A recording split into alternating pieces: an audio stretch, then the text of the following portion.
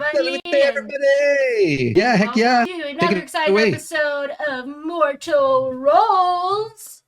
Schmortal Trolls. Hey, hey, we're on episode 17, or as we like to say in español, 17. Hola, me llamo 𝘼𝙣𝙤𝙤𝙤𝙤. Hola, mi nombre Beard. Okay, you have to introduce yourselves What's Beard in Spanish? And then you got to jump into this. I think the people are ready. The people want to know what's been happening. They want to know what's been going on inside this temple of Bane. We're going to send it to, let's see. Do we need to introduce ourselves? Hola, me llamo Jesús. Play Sabine. That's all I got for you. What's up? It's your girl Jesús. I play Sabine. That's all I got for you. I bragged my way out of Spanish too. With chocolate bars and favors. Chocolate bars and lots of Gatorades. Mm-hmm. Wow. Good combination. Take it away, Pelo de Rosa. I don't know how you say pink in Spanish, but that's pretty close. Yep, that was good. That's pretty good. Hola, me llamo Ri or Eve. Hi, everyone. So excited to be back. Missed everyone last week. Glad everyone's feeling better. Let's go. Yeah, let's go. That's awesome. All right, we're going to take it to El. I got to look up beard in Spanish. Pelo en la cara. Take it away. Hola, mi nombre Keegan. Yo juego Oren. I am the reducted class, and Nice. I'm here to Fuck shit up. shit up. Well, now that just sounds weird. People up and down and all around. Awesome. You saved it. You almost lost it, but then you came back and nailed it. La Barba. Otherwise known as Corin. La Barbara. La Barba. Me llamo La Barba. I wish No, I that had. sounds too close to a certain class that we don't want to insinuate that he is. Barba. Oh, easy. Yeah, you're right. Let's move on. You know what? Let's move on before we say something we don't want to say to Pelo con dos colores. Hola, feliz Navidad. That's good. Feliz Navidad. Prospero año y felicidad. Prospero año. Oh, That's how much Spanish I know. Awesome. Spreading the cheer. I love it. I don't know what it means, but I do know it's Spanish. I don't know what it means. I'm just kidding. I do know what it means. But Good. bonjour, je m'appelle Sarah. I know that. Really, really? Not Taking it to the Spanish. French. Yeah. Oui. Yes. Well, thank you so much for introducing yourselves in the beautiful language to our unofficial sponsor, Duolingo. If you want to learn a second language, get us in touch with the owl. We want to start being sponsored by them. What the heck?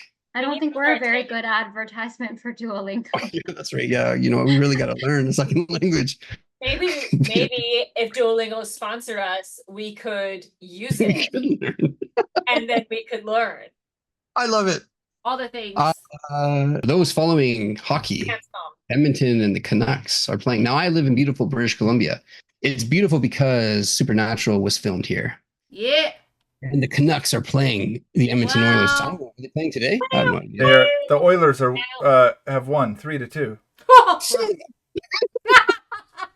Vancouver We Canucks Like, are officially on Tone is vacation. living way in the past right now, guys. That's okay.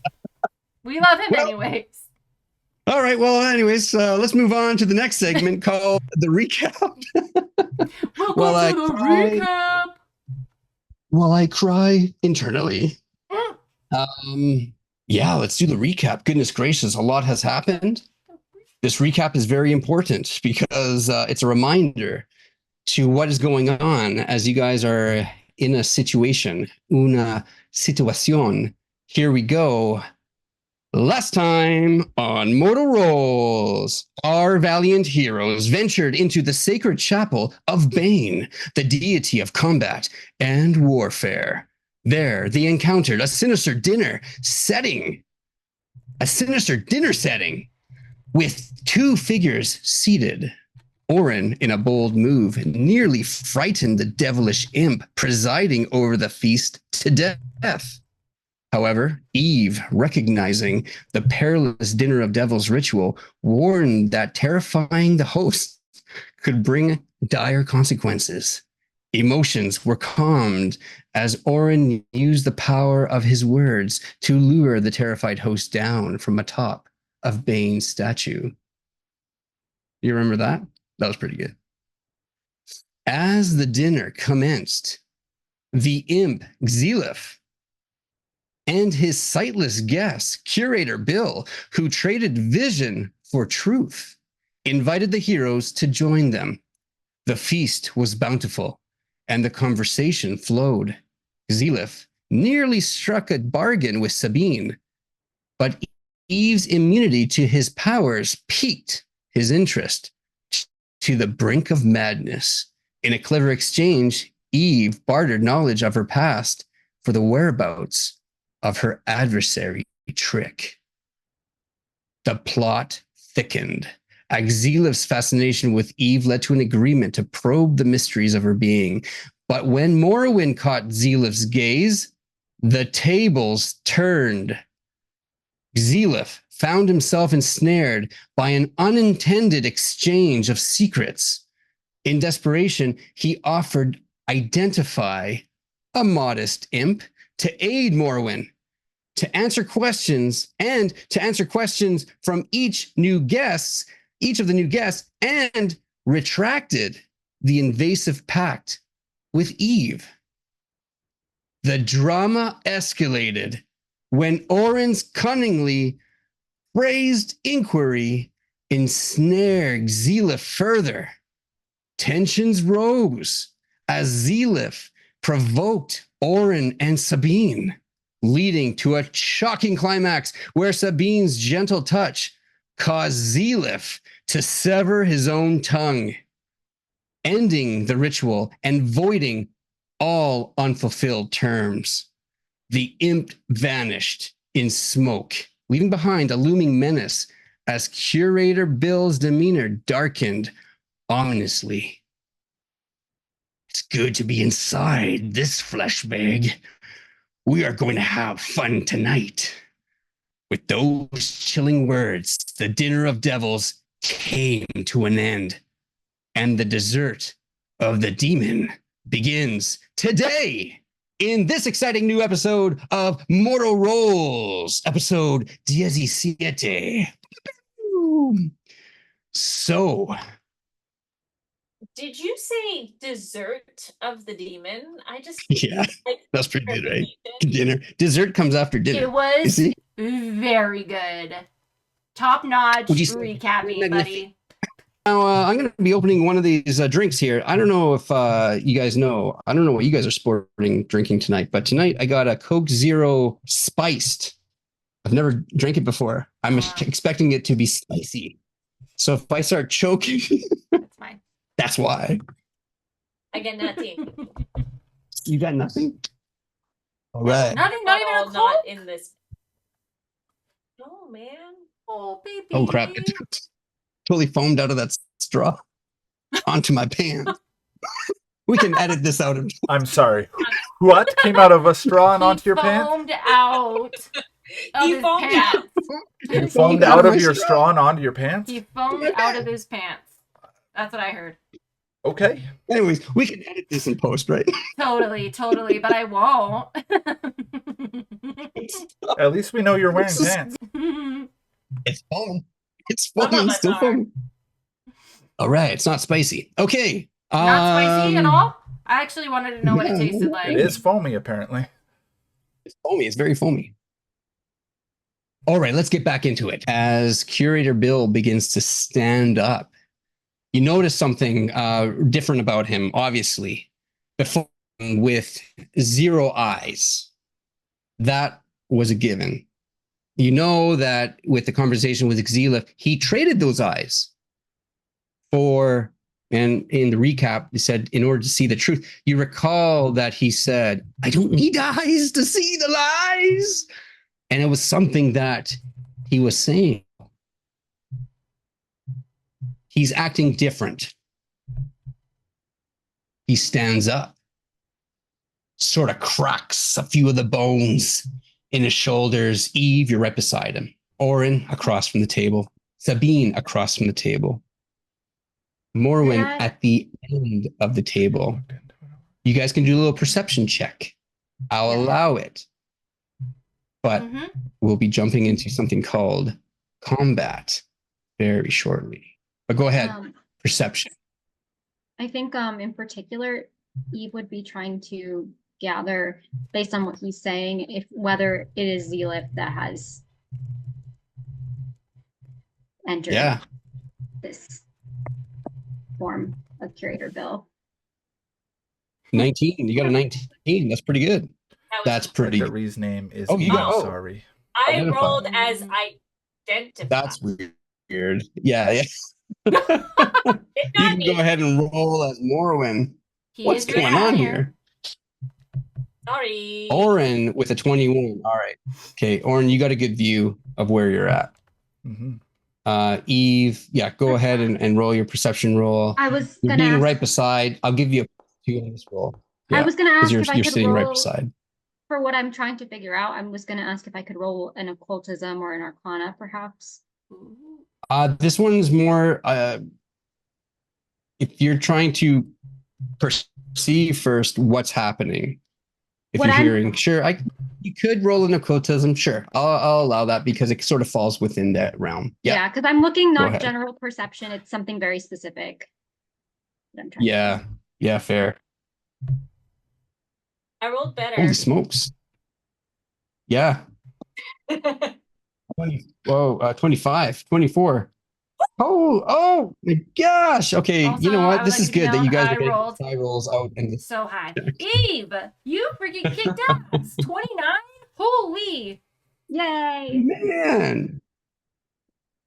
You guys, okay, this is what you perceive, and then I'll get to Eve because you rolled a specific for occultism, so I'll give you a little bit more based on your roll. But for the perception rolls, this is what you see. You see that Curator Bill begins to stand up. You see that it looks as almost as if there is something kind of pushing his skin, kind of almost fitting his body as a glove, as it kind of maneuvers inside him. And, you can kind of see an imprint of a hand go and fit into his hand. And then his head starts to move and you see an eye pop up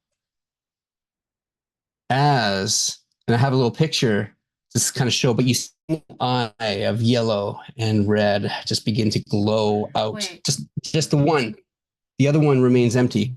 And it's staring at you. And again, sort of maneuvering in a way that is not like Curator Bill, how he was walking before. You guys see that something is inside him that is now sort of using him as a puppet, I guess is the best way to describe it. In terms of the occultism, hearing the words of what Curator Bill said, hearing the change in his voice, you pick up on the fact that something has definitely possessed Curator Bill. Whatever happened, but the voice itself does not sound like it was 𝘼𝙤𝙤. In fact, you recall when 𝘼𝙤𝙤 left, some ominous words were sort of whispered that all of a sudden, Eve, you would sort of, you'd catch it now. You also recall it because you were close. You would hear him say, fun with the demon.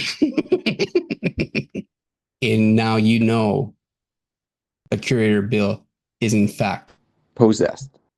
Let's roll initiative. You see this again, like the eyes have been removed and you see the blood stains that were dried blood on his face. But you see that now there's his eye that's sort of just looking around out of it. Not like it's his eye again. It looks as if it is of someone looking through a mask.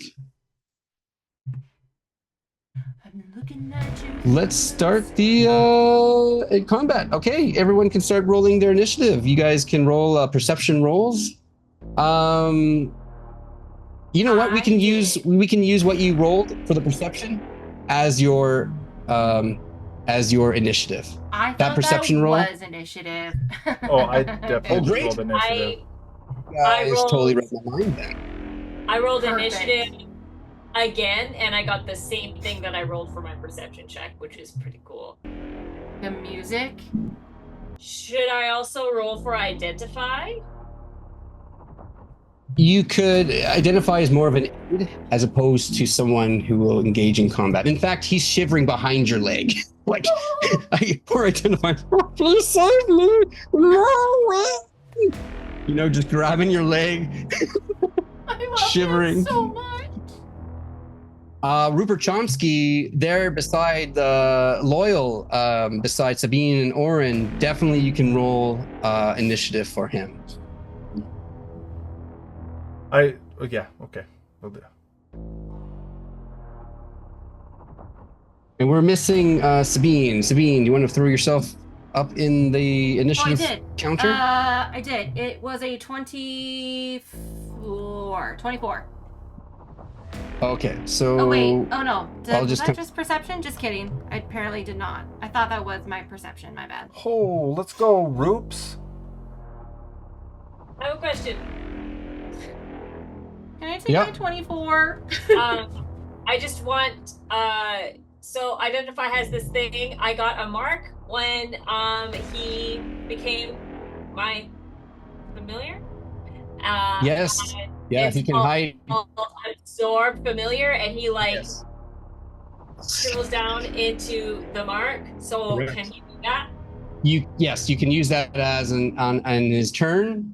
You can definitely have him do that, and he'll do that on your turn. On my turn. Okay.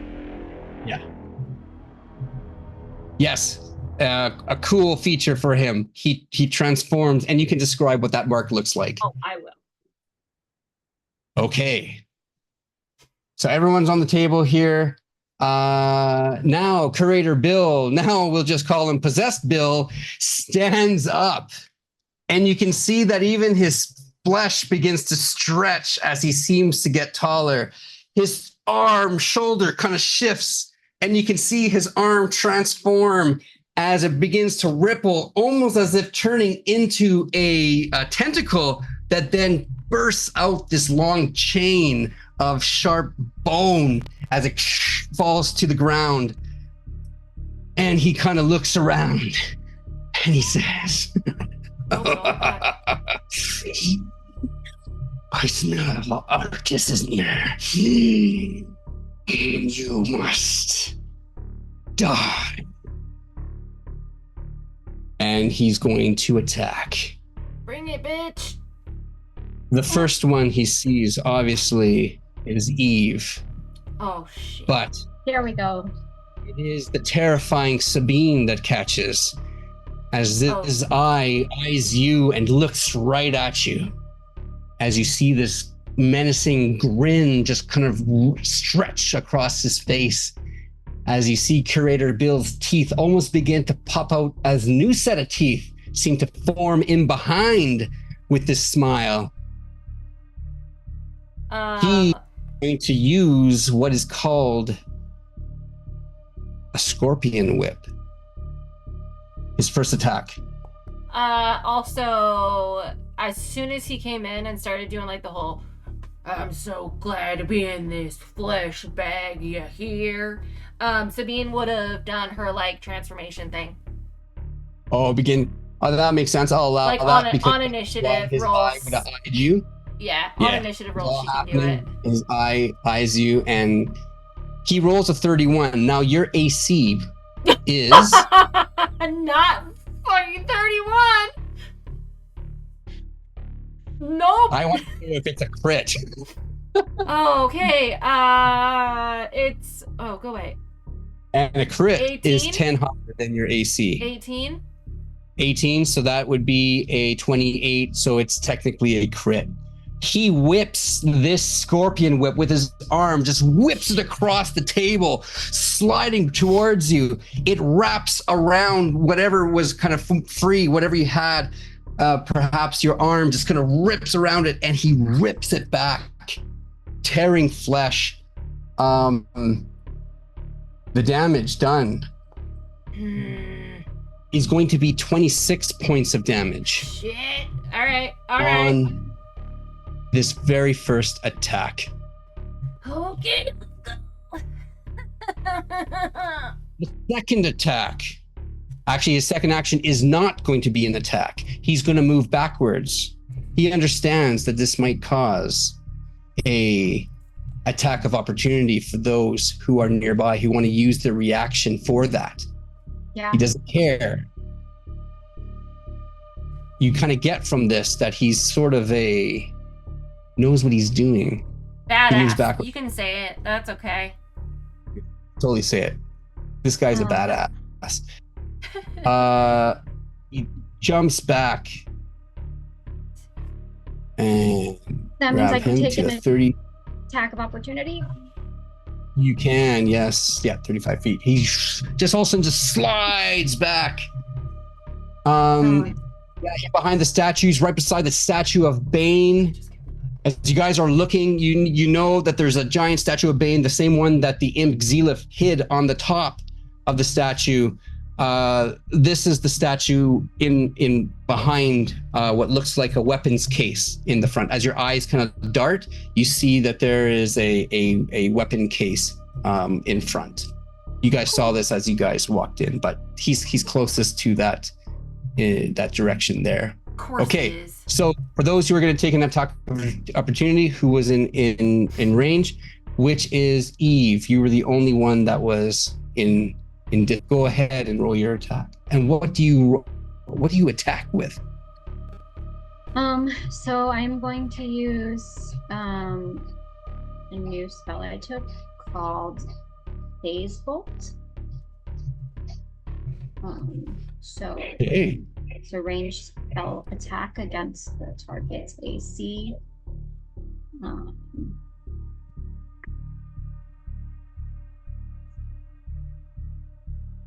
Do it, yeah. As you begin to conjure up the shadows around you. Switching it. I'm going to do Void. Sorry, could you repeat that? I'm going to instead do Void World. Sick. So the target has to make a Fortitude save. Oh, okay. I believe the DC is 20. The DC is? I believe it's 20. I'm double checking that.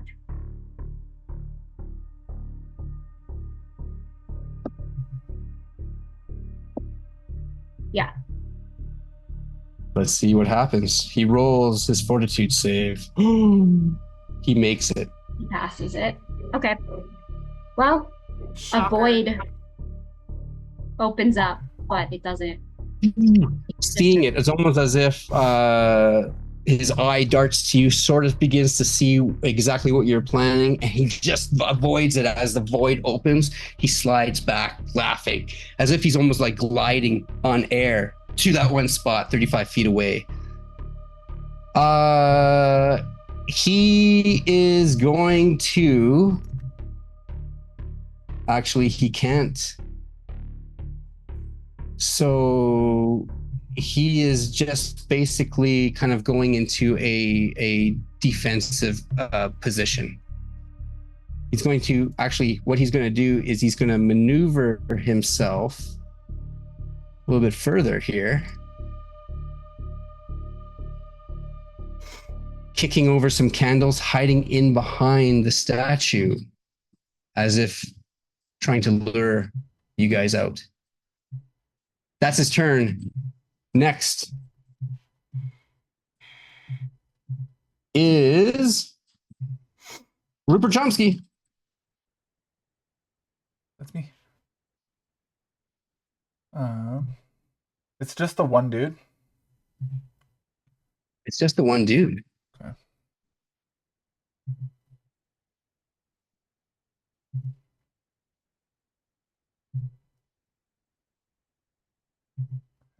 Um,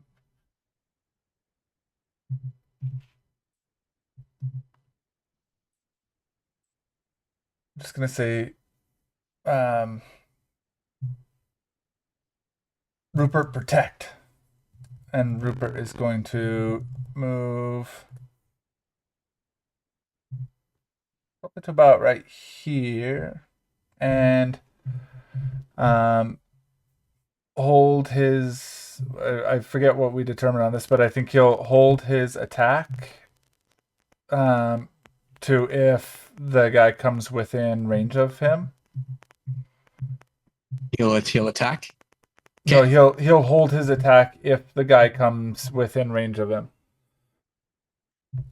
So I think we Okay, said it perfect. was Yeah. an action to hold the thing, right?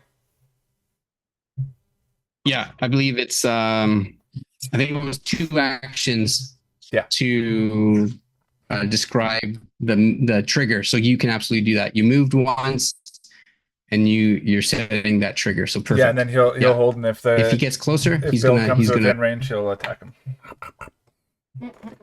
And he's just like okay, kind of low sounds with good. his fur on the back of his neck up, and he's just growling, baring his teeth. Okay, perfect. Rupert Chomsky getting into it.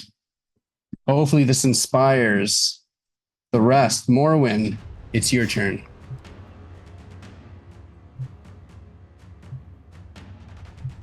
Yeah. Morwen is going to. I would say it's probably been longer than 5 minutes since we came into the room. Oh yeah, absolutely. It's been about like a couple of hours, you would say. Time definitely has passed. 2 to 3. I am going to drink another Bomber's Eye elixir. Oh. And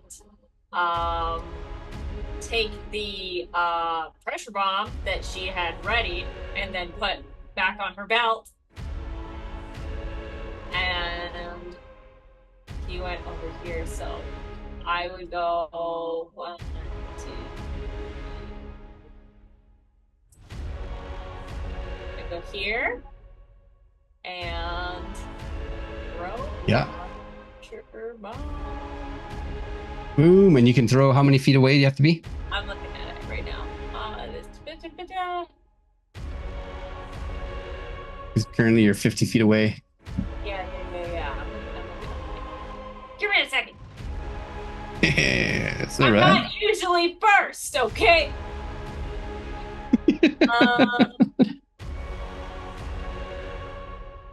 You could delay your action. No. Move yourself to a more comfortable position. Hang on.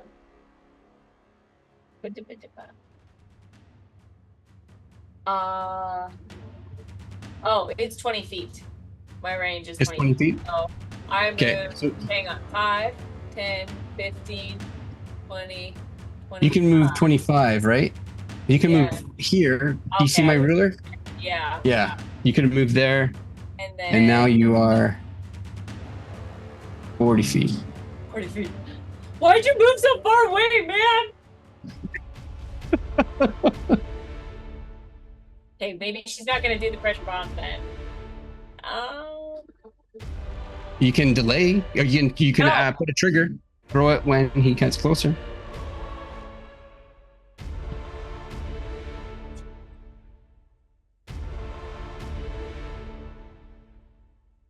Yeah. Okay. If he moves within range, I will throw it. Oh, okay. Yeah. I am ready, and if he moves within 20 feet of me, I will throw it. You will throw it. Okay. Sounds good. As you stand there fiddling, now identify does he go into your arm? Do you go into your arm? You almost kind of get a sense as identifies with you for that time period. You already begin to get a sense of what he's able to do. Yeah, he would do the identify thing. It is absorb familiar, so he would go back into the tattoo. Yeah, and that's what he does. He absorbs. Yeah, and you can think about what that tattoo looks like, and you can describe it later, unless you have an idea of what it looks like now. You had described it last episode, and I don't remember. No. The tattoo. Oh, this is a new one. This is a new one. Yeah. Okay. I'm gonna have to think about it. Sounds good. Okay. Next, Sabine. 26 points of damage. Oof, yep. All right.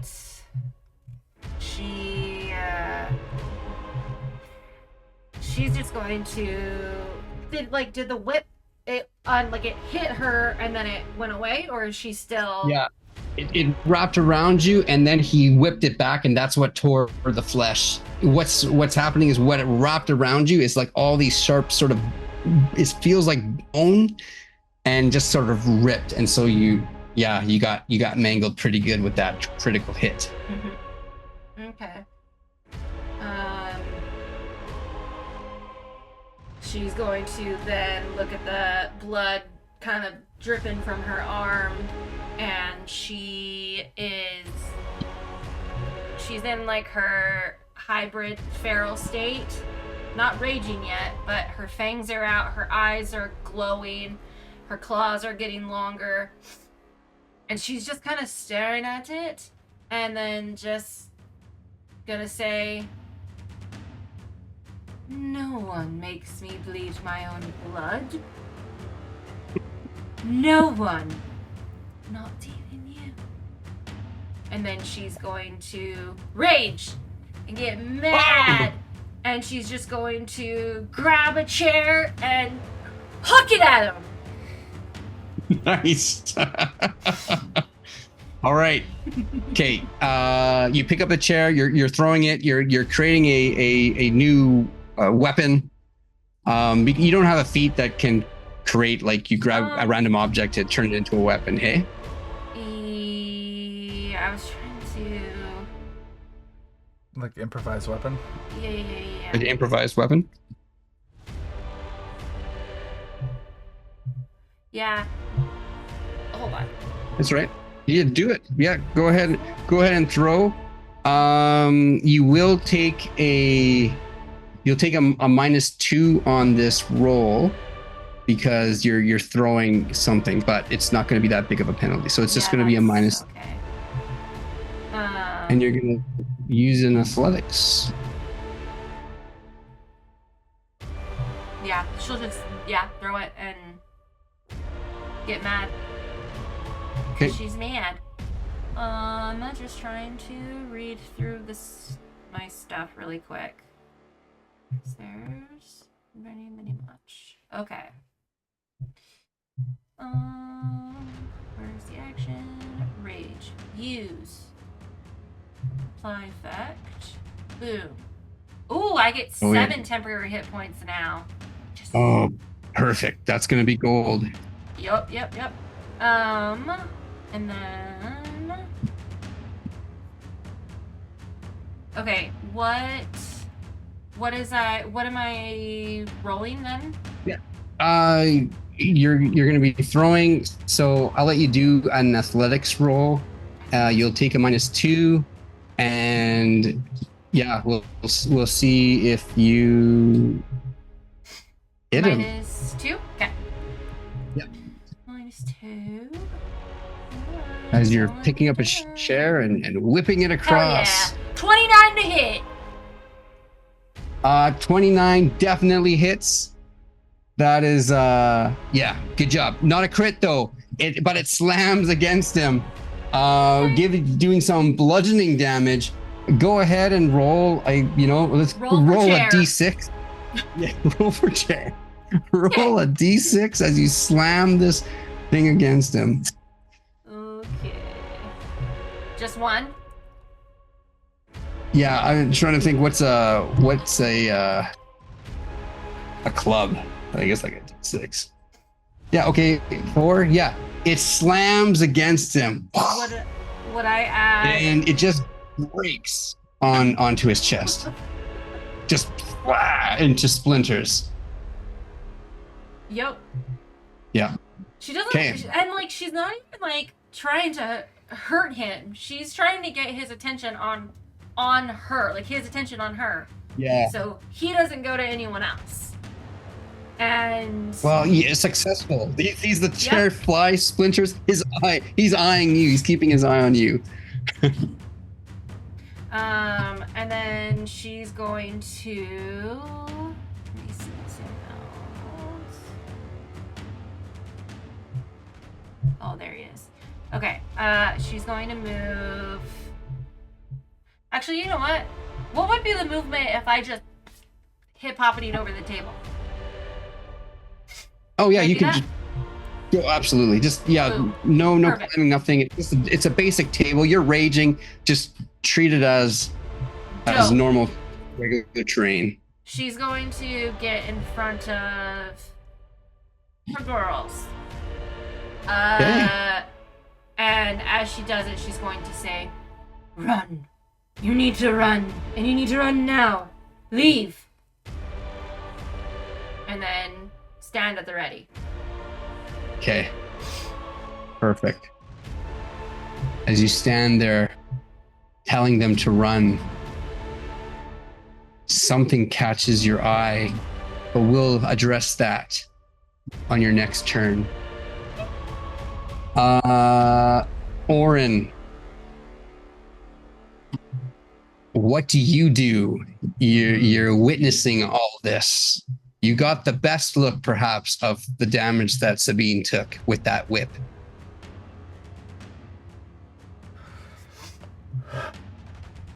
You know, I really don't like it when people hurt my friends. Well, we've done this before. We can do it again, and let's have fun with this. And he's gonna strike a little bit of a chord on his lute. And he is going to cast a lingering composition of Courageous Anthem. So I believe I need to roll a performance for the Nice. lingering composition.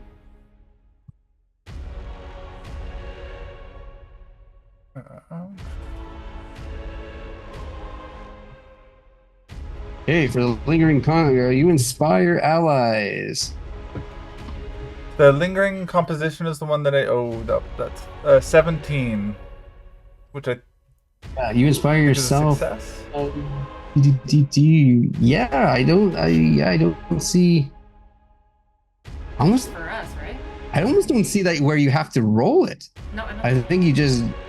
Well, do I it. think on the lingering composition, you roll it to see how long it lasts. So, like if fair enough. I roll it against the standard DC, and then on a critical success it lasts 4, on a success it lasts 3. Fair enough. You guys are level 5 now. The DC would have been 19. Okay. So what did you? So it'd be I rolled a 17, so it'd be a 17. So it'd be a failure, but that means I don't lose the focus point, and I can try again next round. But everyone gets the Courageous Anthem for 1 round. So let me just Yay. toss the emanation out here. Oh yeah, you rolled low on that one. Normally that's something that Yeah, before. normally it's not too bad. Okay. But so Nice. that will last for 1 round. So if everyone wants to toss the Courageous Anthem effect onto them. Yeah. Drag it from the spell on the FD Foundry onto your character. Boom. And then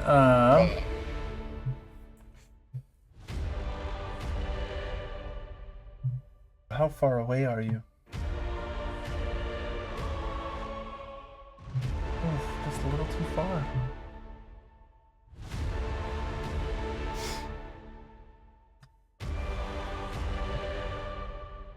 I'm a pretty nice guy, normally. But you should have learned before not to fuck with me. You are going to die. We're going to scare to death. And what that means is I can frighten foes so much they might die. So I attempt an intimidation check against the will DC of a living creature within 30 feet of me. Oh, so I forgot. I need to move forward and then do it. Very good. So I'm going to... And it's five. right. Here we go. Here we go. To here. I don't know. It's confusing. 5, 10, 15, 20. Yeah, okay. And I will roll a performance check. And It's going to be a DC of 19 is what you're going against here. Okay.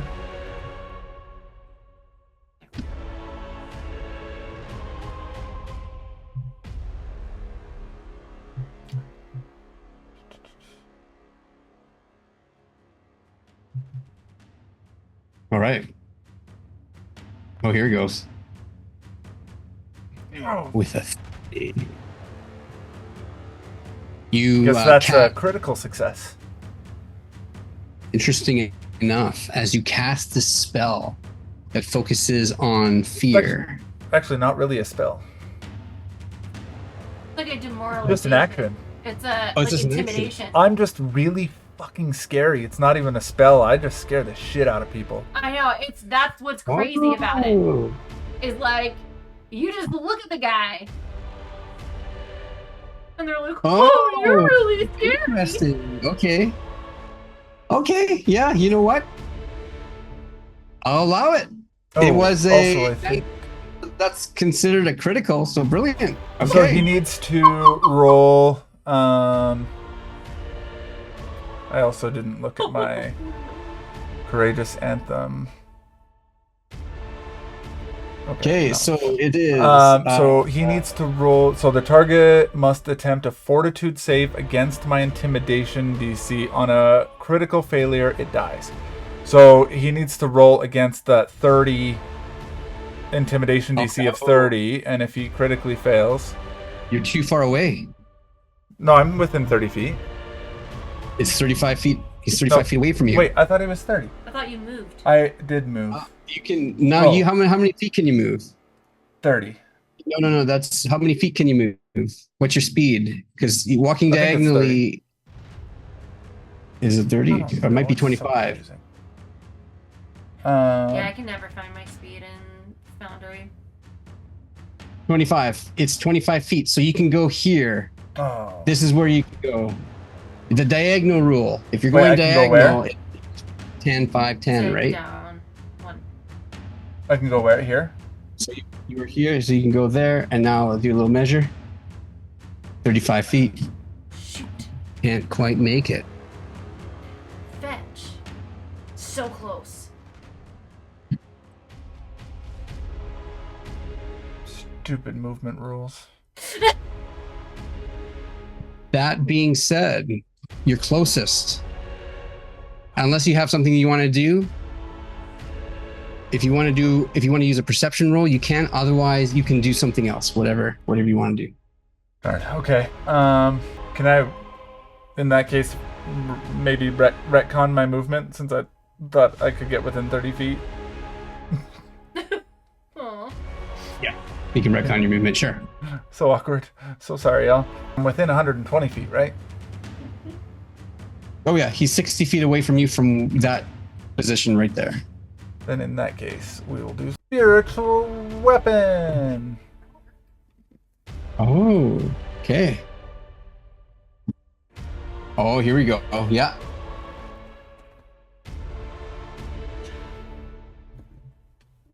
Oh, wow, the weapon appears to be the foe.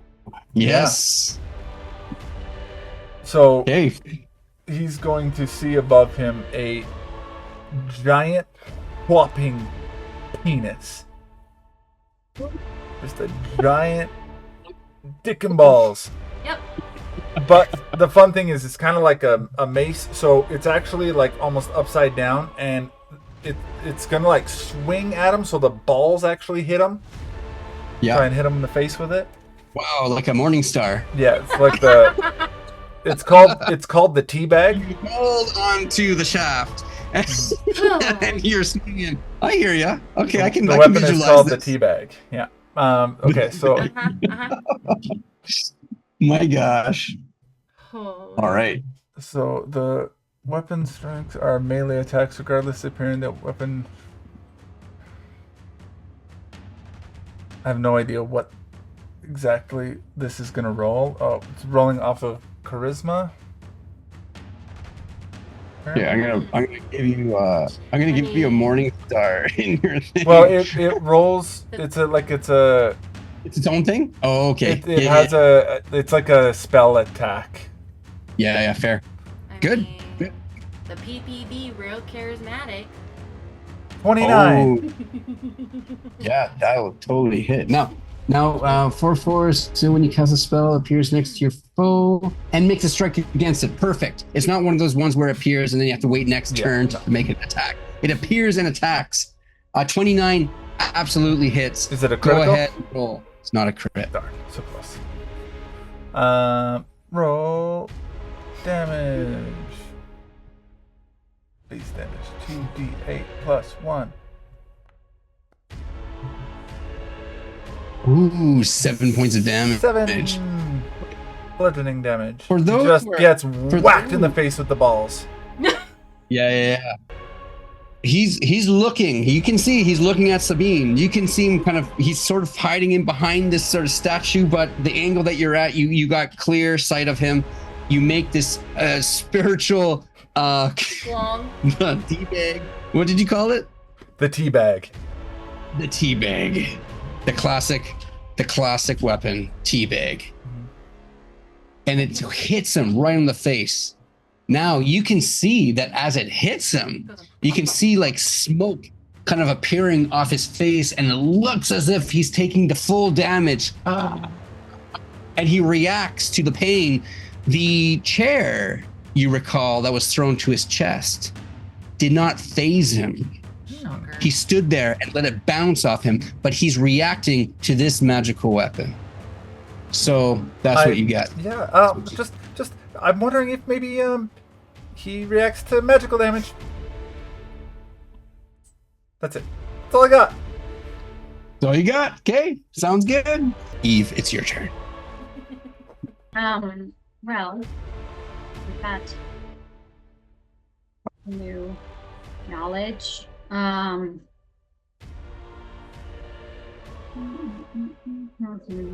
we'll do a phase bolt. Oh, okay. Phase bolt. Nice.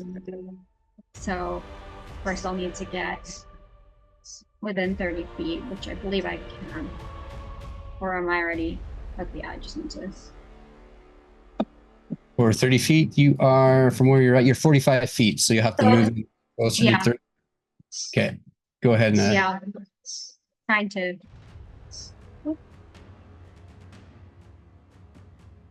so you can move 25 feet. You can move right here. That's 15, 20. 30. Now I'm within. Okay, well, there. Now I'm in 30 feet. And I will.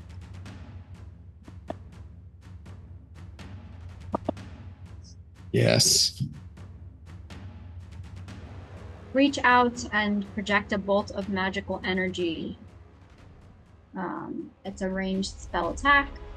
So I'm gonna roll Nice. 28. Hit. The stone glows as you cast your magic. You begin to start seeing it as if it's hovering and floating in front of you as you manipulate, grabbing the energies of what you need to form your bolt. And as you cast it out in a mix of darkened red, shoots across, hits him, And you can see the full impact. As smoke begins to appear from where you hit him right in the chest. Go ahead and roll your damage. 11 points of damage. And you can see that he also is reacting to this pain. His eye now kind of darting between you and Sabine. Yes. You could let us leave and we could end this now.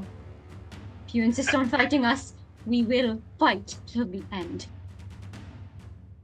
As you say that, you hear him cry out, "Where's Arcus?" You have one more action left. Is that correct? No, because I moved. Oh, because you moved? Okay. Yeah. All right. You are also standing close, and there's something to the corner of your eye. Next turn, you can address it. But you can sense there's something nearby that almost seems to be kind of drawing your attention. It is now possessed Bill. As he then receiving these magical attacks, Sabine gave warning. She tried in her attempt to protect you all. But given the fact that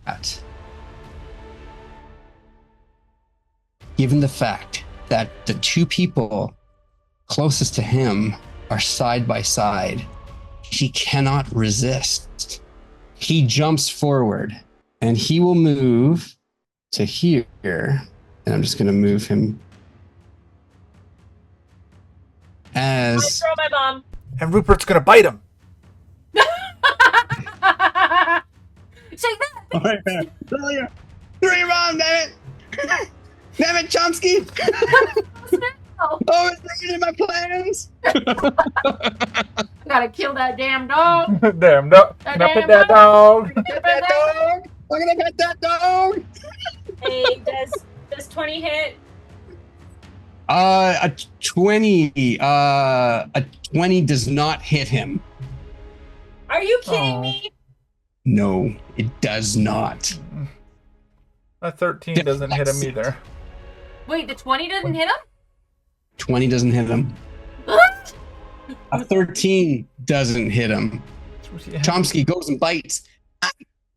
Gets some tough, bites onto the skin, but now the skin seems to be kind of forming this sort of green pustule, leather on the leg of where he bit, and Chomsky kind of reacts and backs away. The bomb just misses him, goes right over his head. The eye darts and sees, "I see you. You're next." And he is going to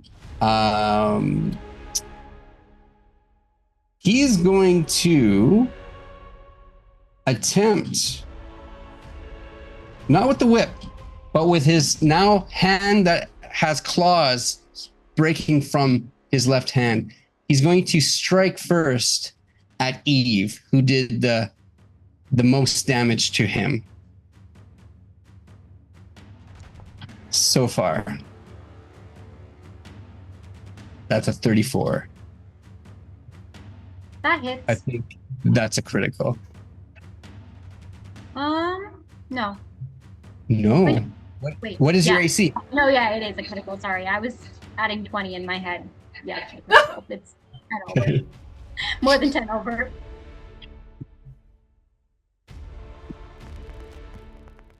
$38 points of damage. Well, guys. No!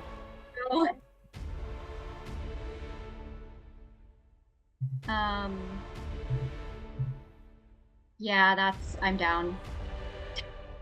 You're down. Eve, the claw strikes across your chest. Maybe as Verinia. And you're kind of caught in between these two worlds now of remembering yourself as Verenia and remembering yourself as Eve, and it's almost kind of competing, and almost in a sense where you kind of brought yourself to the forefront to cast a spell, and yet you're reminded of the mortal body in which you hold as the claws strike right across the chest, exposing now the blood that begins to drip. Blood begins to come from your mouth, dripping onto the ground. And then in that thought, you look upon this demon and you see death. As you feel the pains of Tartarus before you.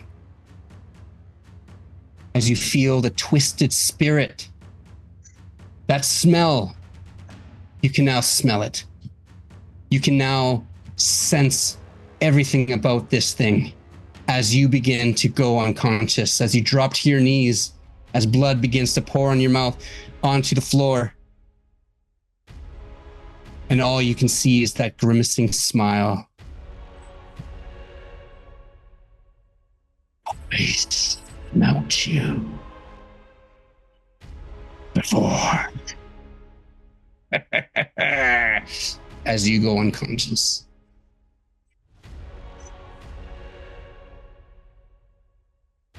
Eve, you're down. You'll do a death save next turn.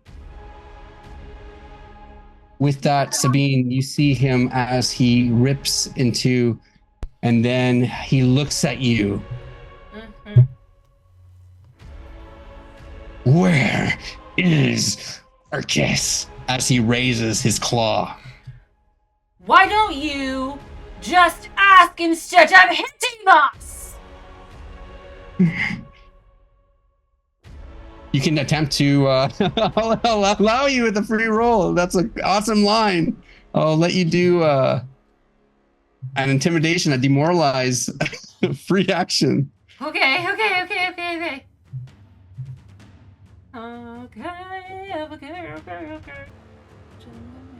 Do I get any pluses or anything?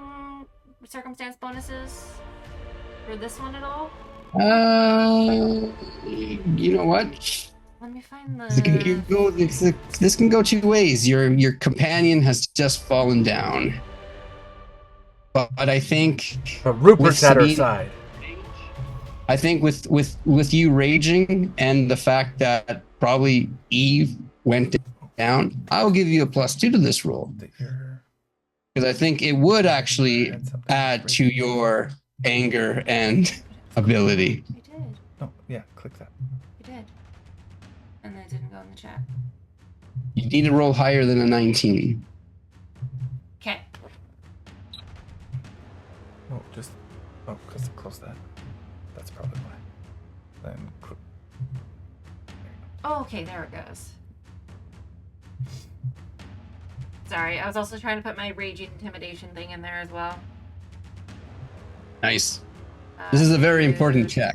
This is a free action based on the fact of the role play. So see what happens. +2. Okay. Okay, guys. Okay.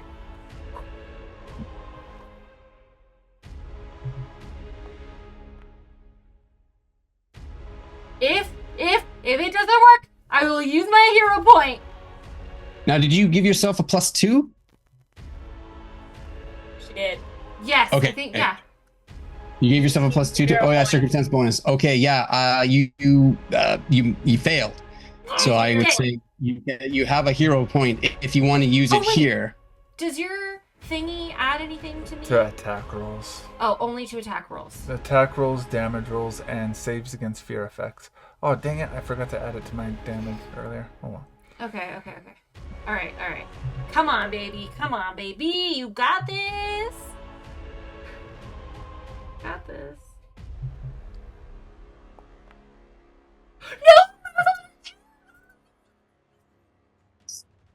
No! So close. No! He looks at you. Shit. And as you're muttering, And I think what may have happened, and you can change this if you want, but as you were trying to be intimidating, your eyes probably shifted towards Eve in her fallen state, breaking that intimidation. So it showed that moment of weakness, and that allowed him to make the decision to strike. Yeah. And so he does. Doesn't hit that you. doesn't hit me. That doesn't freaking hit me. The claw. Your eyes go down. You see, and you recognize the fact that he's not intimidated, and you know instinctively he's going to strike. You anticipate it, and as he goes, you just maneuver yourself just out of the way just to miss it. That's the end of his turn. Now it's Rupert Chomsky's proper turn. What's Rupert do?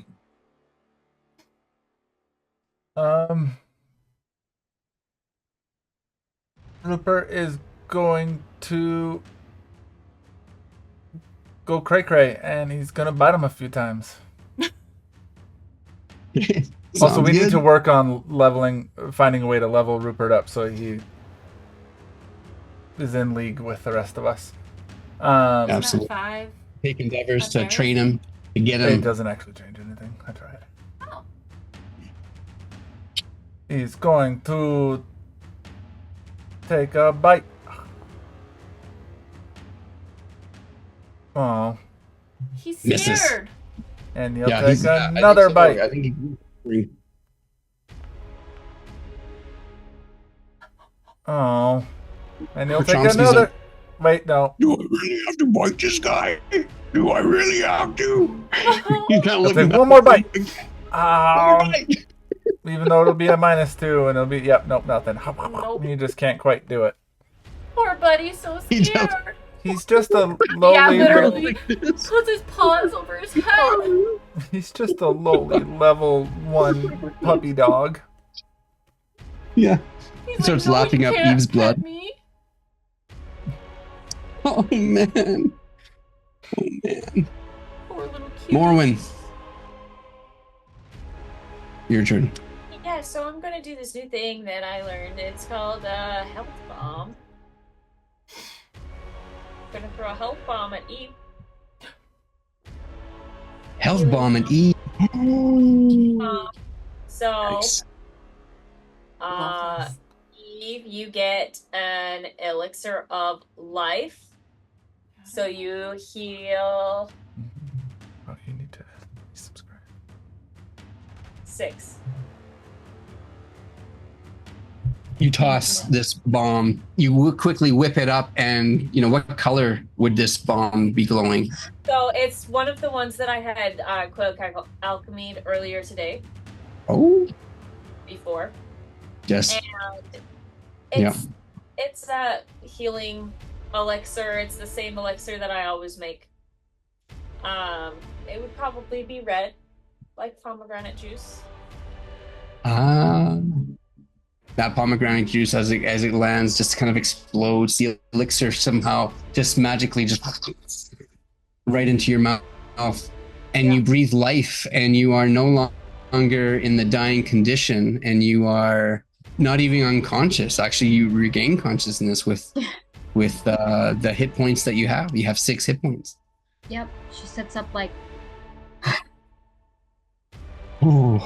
Oh, that was good. That how many actions was that there, Morwen?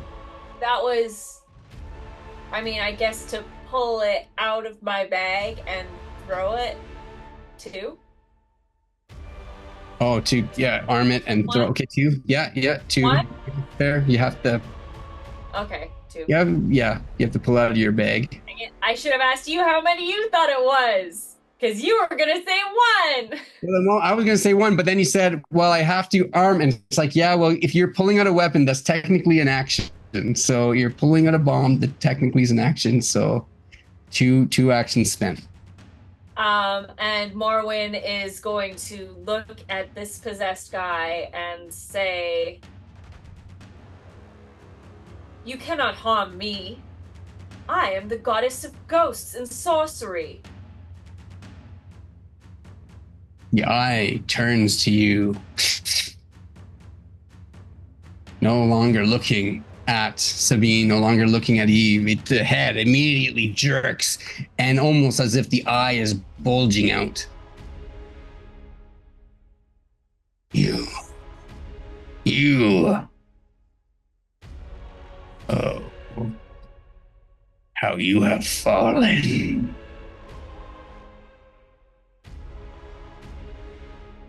Now, are you attempting to intimidate with that? Intimidate? Are you attempting like a demoralize? Persuade? With a newfound confidence? I could try to intimidate. Or I could just... You could, yeah, whatever comes naturally to you. Diplomacy. A diplomacy? Like, Yeah. You're like, hey, you know what? Okay, yeah, all right. According to the rules, you cannot harm me. Okay. I rolled a Okay. 24. Roll 24. The DC was 19. so you stop him for a moment, and he starts to think, I can't harm the goddess of sorcery and ghosts. Is that in the rules? He sort of just kind of starts thinking. His eye starts kind of twitching. Yeah, you sort of you stunned him. And I would say that he's kind of thinking about this. Let's see here. Yeah, I'll give him the stun condition because you got him thinking about, is this a rule? So he starts kind of thinking. Yeah, so I believe with the stun condition, let's see here. It will be affecting his next turn here. I got my little...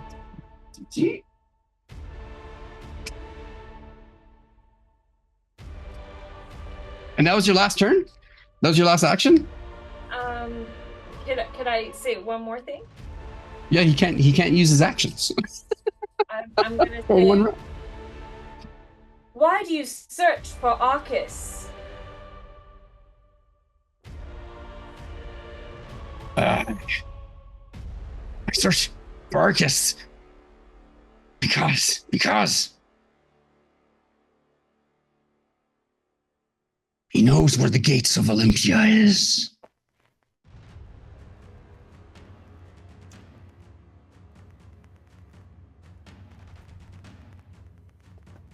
Why do you need to know Where is that? Arcus? I don't know. I can smell him here. His power is here. He's been here.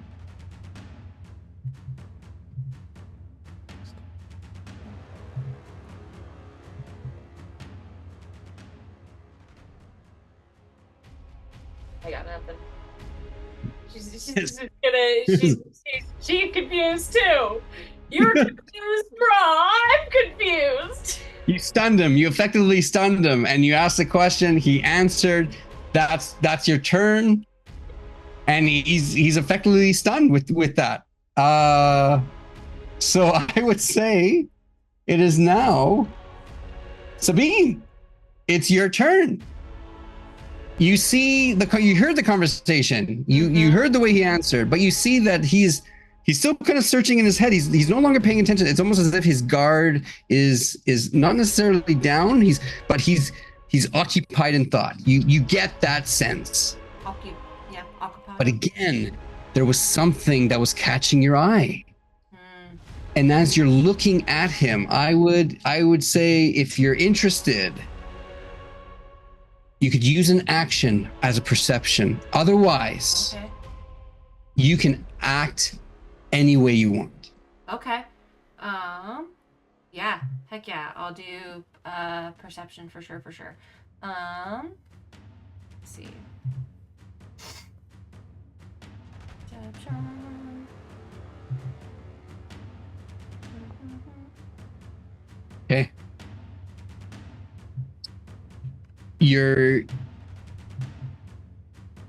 I'm guessing that Sabine probably looking at this possessed Bill, sizing him up, probably kind of getting ready for the next attack with your rage.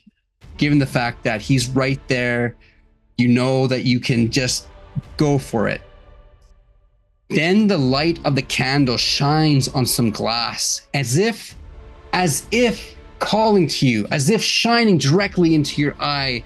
And then you look past possessed Bill and you see a glass case, gold glass, and inside you see the very sword that cut belladonna in her stomach.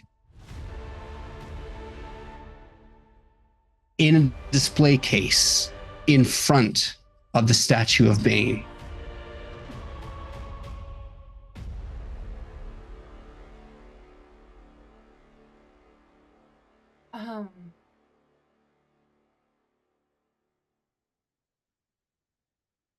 I think she would be almost stunned.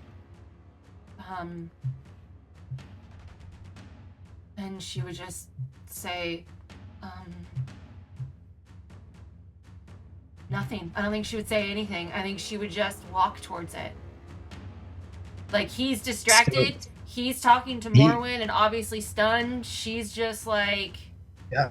He can't take a reaction. He can't do an attack of opportunity here. So, yeah, in his thought, you just... Yeah, you walk towards it. Yeah. You go. Where's it at? Right here? It is right there. And you see it. You see that it is a great sword. It's probably almost as tall as you. Yeah. Tell me when I'm... You see the markings. Tell me when to stop. Nope. Okay, I'll start again. Seriously? Seriously? Yeah, I'll start again. Okay. You see it. Looking through the glass, you can see the markings.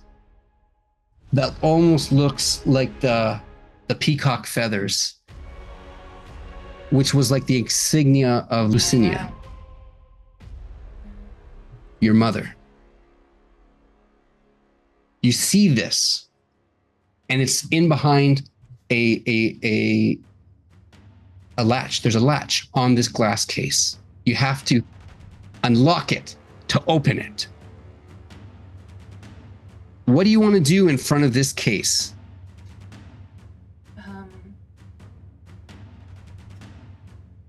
I think she would have a lot of conflicting feelings, and I think her fractured mind and memory are a bit rattled. I think she would put her hands on the case and just say, brother, where are you? Where are you? Why aren't you here with me? Why is your weapon here?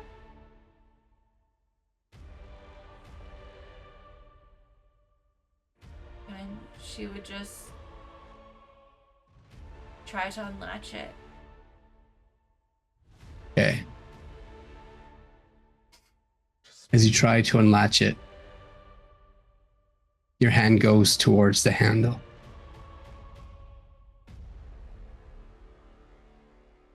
And there's something strange about this latch. As going through your head, you start thinking they had a weapon on display. How would they have protected it? Oh, your hand touches the latch. You need to make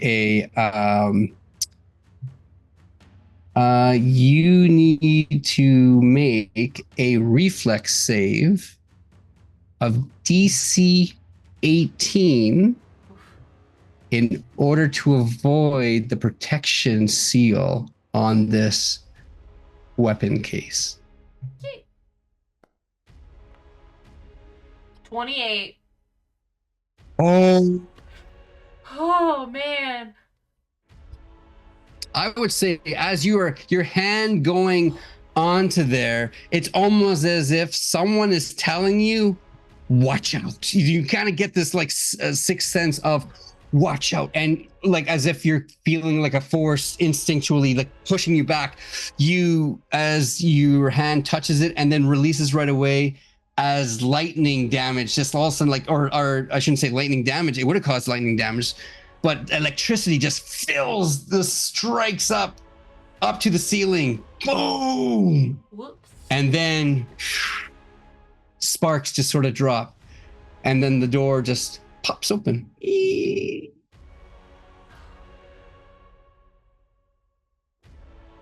grabs the sword. Like I think she kind of hesitates for a moment and then just looks at it and just grabs the handle. Okay. You grab onto the ghost cleaver. As you hold on to this, as you pull it out, immediately you remember the day that Bane was presented with this weapon.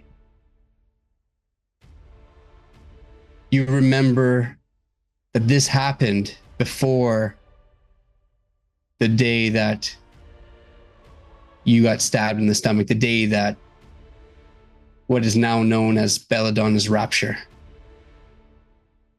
where many people and lives were lost. And you recall, I guess, a sense of joy at first, but then knowing and remembering how it stuck inside you. And even as a goddess, the pain that was felt from this very weapon, as you hold this weapon, you know that you can even make this weapon grow stronger and longer.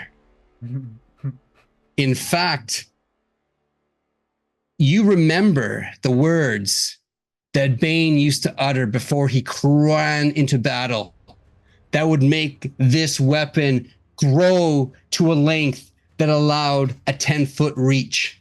Grow, it's Daddy. light in your hand. What were those words?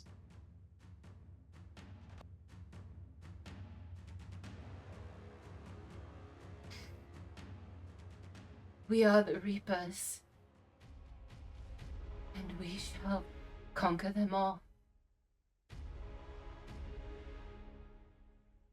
As you utter those words, holding it in front of you, you can see that just it begins, the hilt lengthens, and the blade, as you are holding what seems to be like, and no man could hold this weapon, no mortal could hold this weapon, you're holding it, and it is light, and you can wield it with two hands, and dare I say, may even wield it with one. But you now have a sword, as you utter those words, to make it grow so that it has the reach. And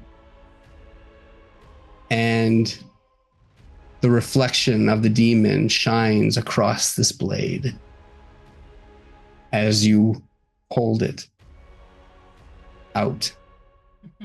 So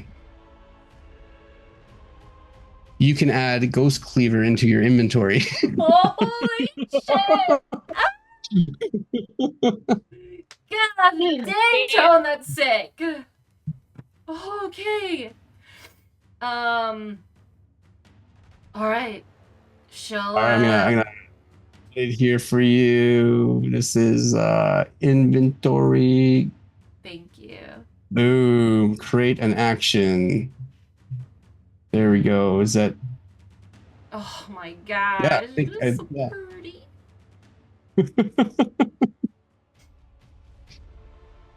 Oh man. Okay. All right. That's so sick. She's gonna hold it and just kind of do a really like kooky, crazy Joker laugh and just go.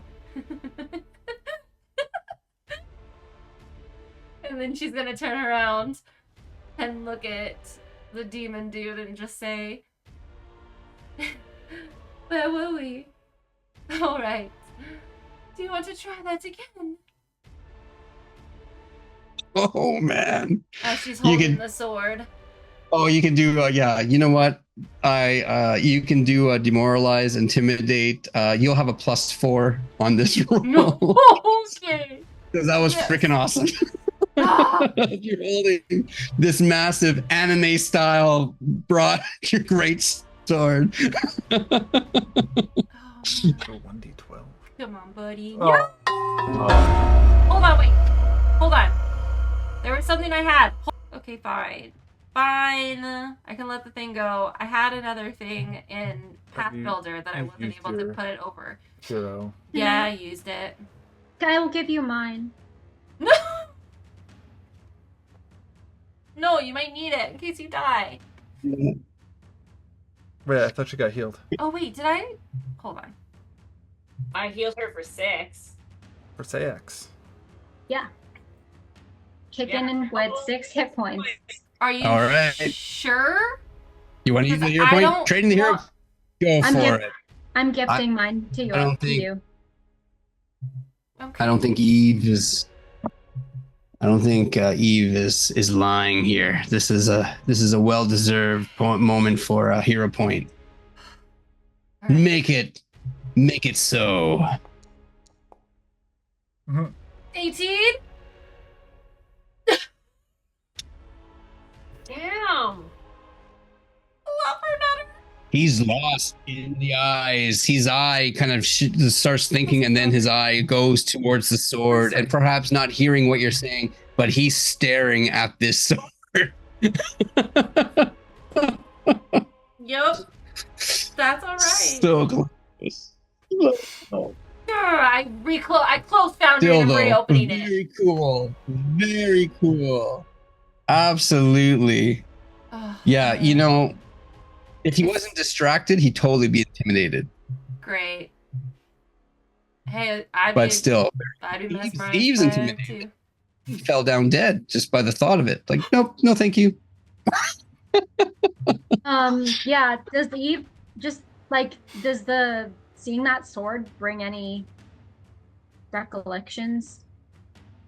Eve, yeah, I mean, yeah, Eve, you're staring at the sword, and immediately you remember that moment, the moment that where Sabine or Belladonna found out that she got stabbed in the gut. You recall that. You recall Bane with that sword always. In fact, any memory that you have now of Bane has always been with this sword in the back of his, hilt. He went everywhere with this sword. This sword was just an extension of Bane.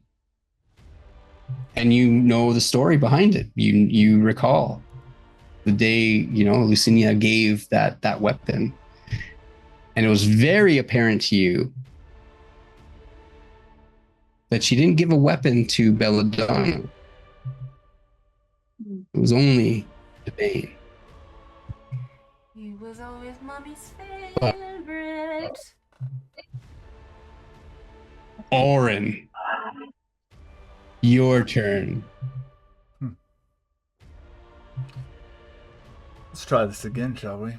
We're gonna move forward a little bit, get into into distance. Mhm. We're going to say, man, you really, really screwed up. Yeah, you landed a lucky shot on an angel. But you've pissed off a few gods and goddesses. I think you bit off a little bit more than you can chew and you're about to die. And now we will scare to death. Yeah. Oh man, kicks Take off the that. table. You walking on this table just looks so epic. Mm-hmm. You can use a hero point if you want, because what did you roll? You rolled a. No, that was Wait, me. why didn't yeah, Sabine was rolling for That some was reason. me. I don't I'm sorry. I'm so know sorry. why she rolled. Didn't mean to. Wait. Sabine roll? Yeah, I Yeah, don't that know was- why she was. That Well, was my yes, bad. I Sabine. didn't mean to. That's the rule. All right. Ooh. That is not a crit, but it is a success. Pretty damn good. Yep. So, with that, let's go back here. So, so with a success, the target becomes frightened 2. Oh, well, with a critical success, is it not? No, with a critical success, he'd be frightened 2 and fleeing for 1 round and have to do the fortitude check. With a Yep, success, the target becomes frightened 2. And we will Okay. now also move the tea bag over. And so I only have to do 1 to keep the spell, the teabag spell going. I don't have to use 2 actions, just 1. Yeah. To renew it, and I will smack him with the teabag again. Okay. Sounds good. So you moved, you scared to death, and you attacked. Yeah, I'm going to smack him when I find it. Well. Oh, here we go. Attack. Oh, son of a biscuit eating. Wait, you know what? Done. Well, this isn't worth the hero pointing. We'll just. He misses with the balls. Nice. You What does frightened do? You hit him with frighten. just the tip. You're gripped by fear, the frightened condition, the status penalties. Unless So yeah, fear makes you less capable of attacking and defending. So I think it actually reduces his. It was easy. Your Oh yeah, take a his. status penalty equal to this value to all of Yeah. your checks and DCs. Yeah, even his Not AC bad. has lowered a bit. Yeah. Sweet. Wow. You think you're hearing a voice as you're talking. You think you're hearing something whispering in your ear.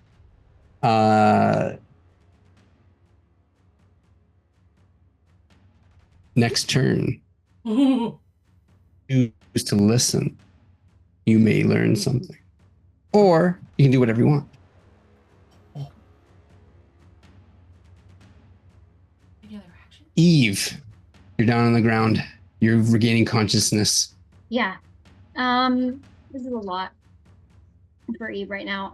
Yeah, she's sitting up, trying to just get her bearings on what's going on. There's this Yeah. god sword, and Sabine's holding it, and there are all these memories of Thane and Belladonna, and she's just like,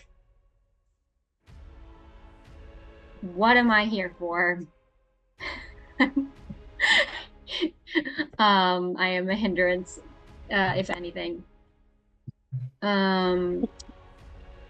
So I think she wants to do something. She'll. What is the demon doing?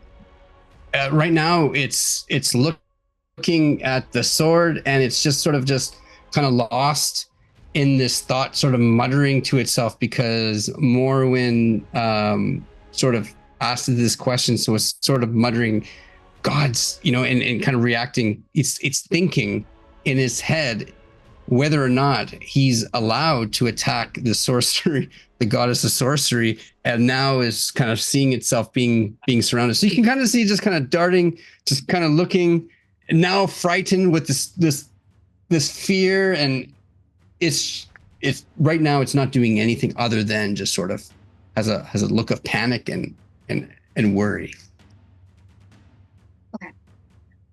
I am sorry, I'm refreshing because I was having an issue with my character sheet on Foundry. But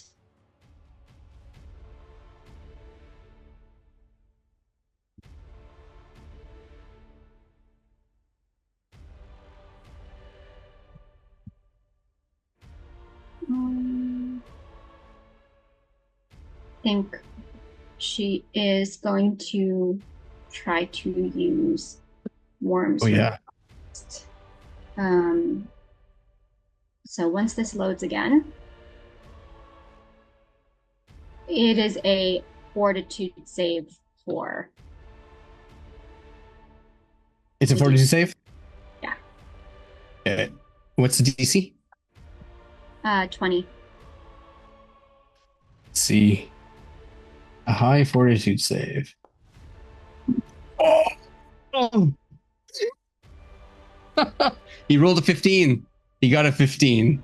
It's not 10 below, so it's not a critical failure. But it's a failure.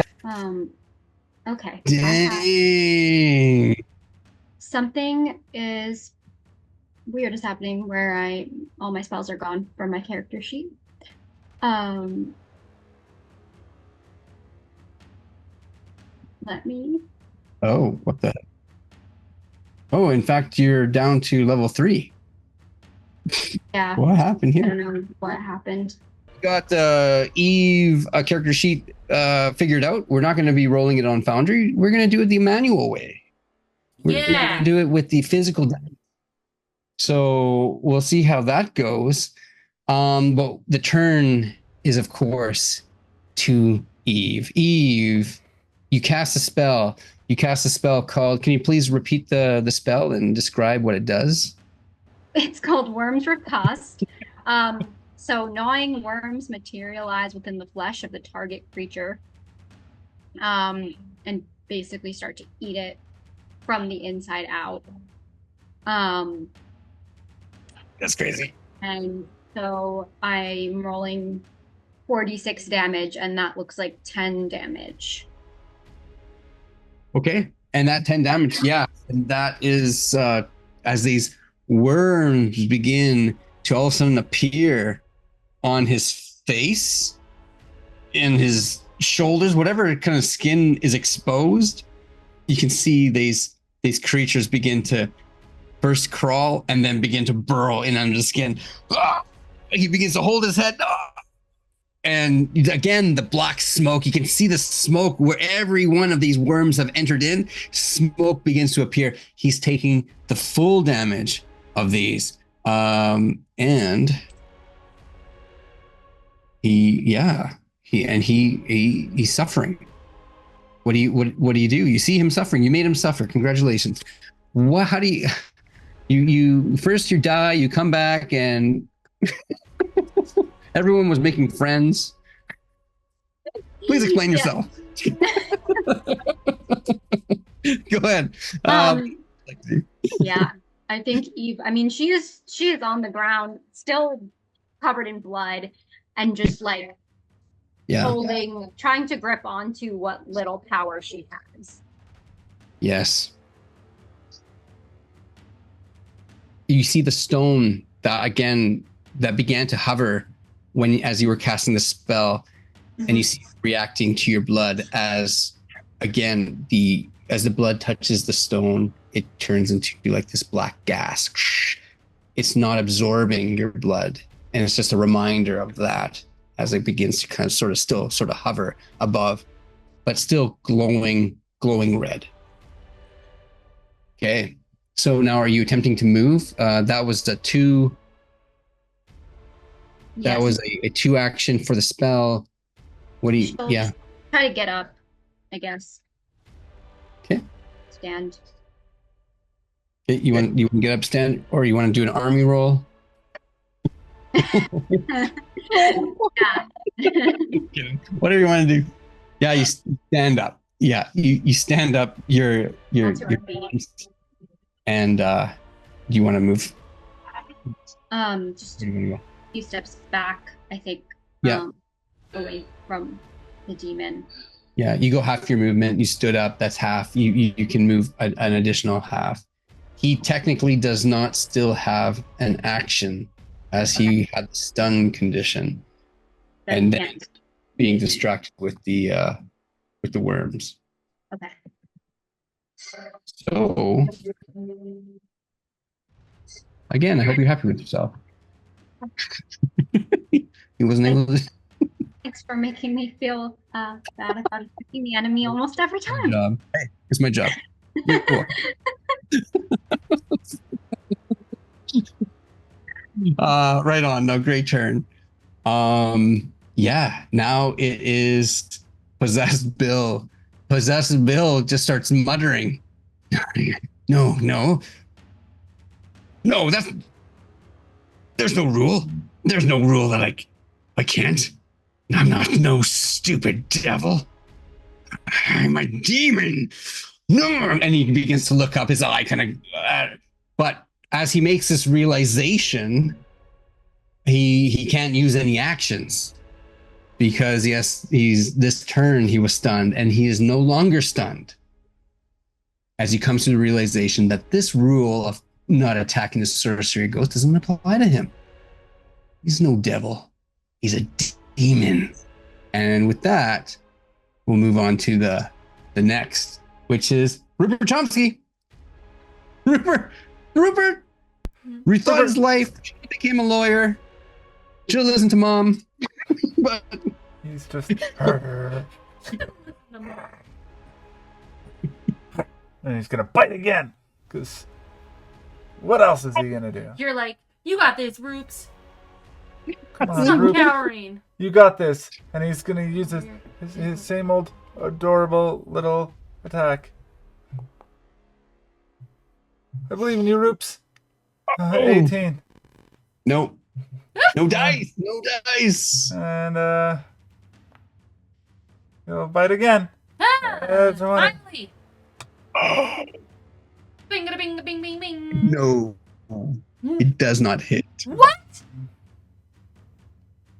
Just missed. He's going to Just run away and hide behind Don't blame Oren. me, Roops. You know, possessed Bill, seeing this dog that's completely useless, he normally having a creature run away from him, he would attack for the sake of attacking, but he's almost feels a pity for this creature that's a mongrel, because he knows where the big game is, and that's where his eye is focused in on.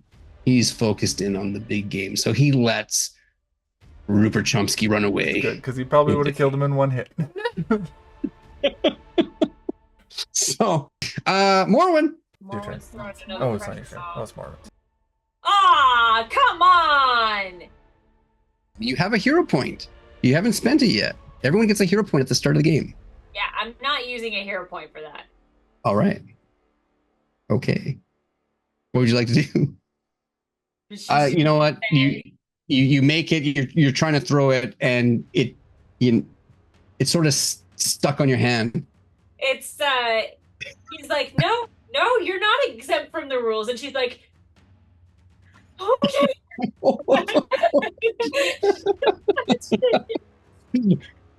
And she's gonna back up.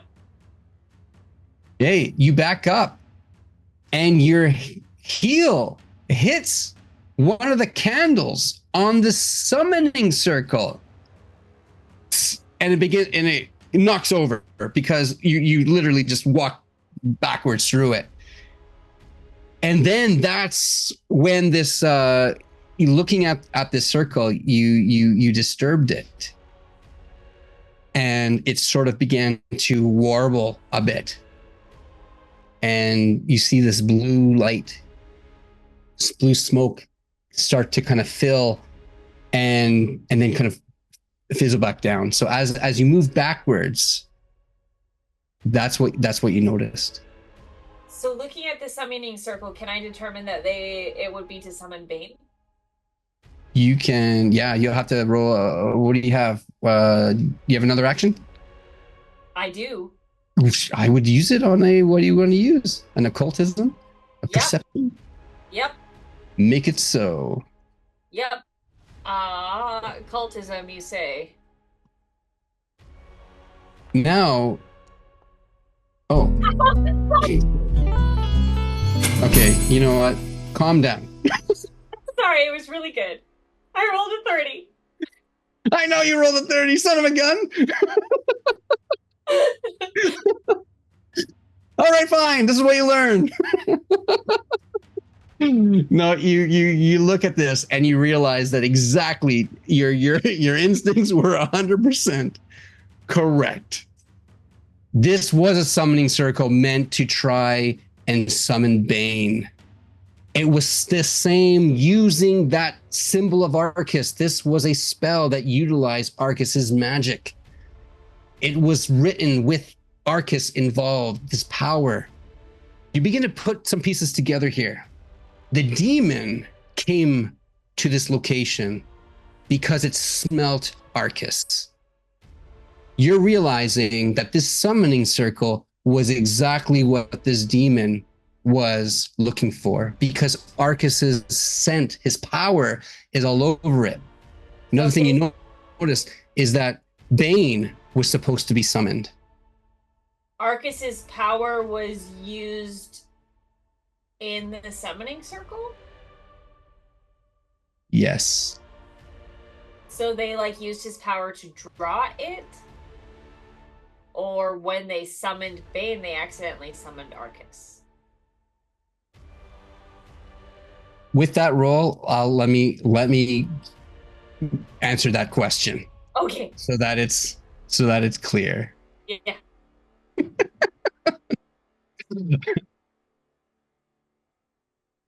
Realizing and looking at the summoning circle that you saw in the Temple of Mara, you recall that Sabine mentioned that there was a blue force as she tried to break this summoning circle, and that she talked about seeing an image within smoke.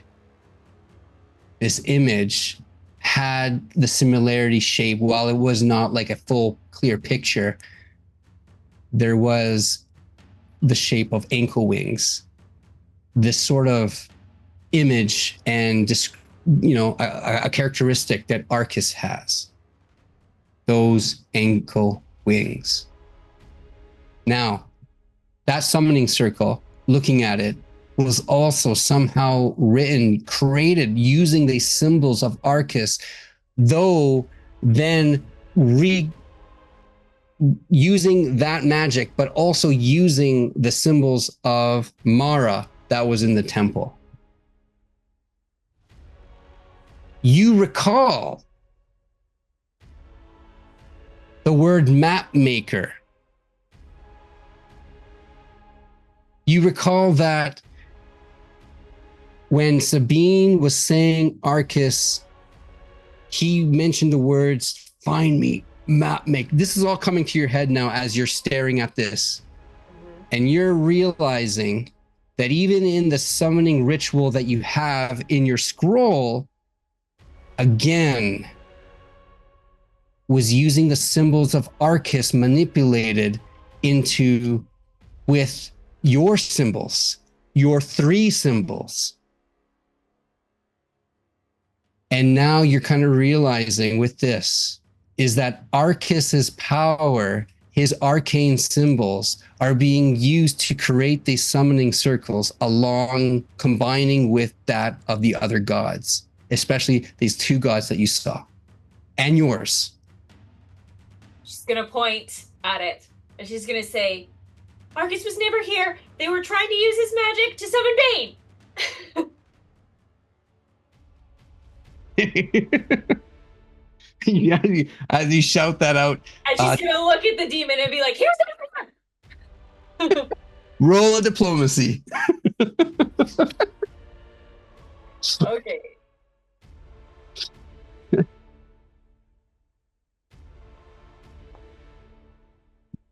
Oh, 13.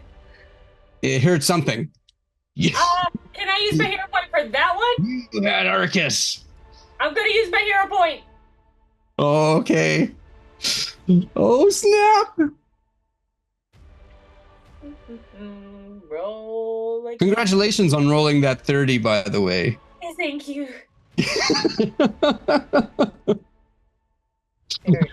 Okay, diplomacy. The DC is 19. You need to roll higher than a 19. Can I get a circumstance bonus? You know what? Yes, you can. I'll give you a. You know what? I'll give you a plus. I'll give you a +2. A -2. Dang it! I'll give you a +2. Given the circumstance of the fact that he's being attacked, everything, you're moving backwards. Now you're shouting in a diplomatic way to try and convince him. It's +2. 20. It stops and looks at you and looks at the circle, and it's almost its aggression sort of calms as his arms kind of move down. You mean he's not here? He was never here.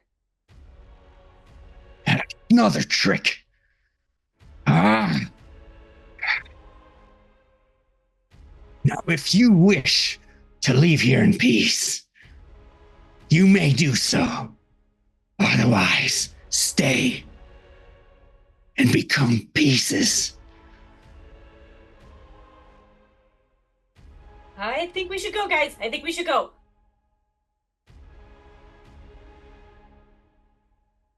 And he says that.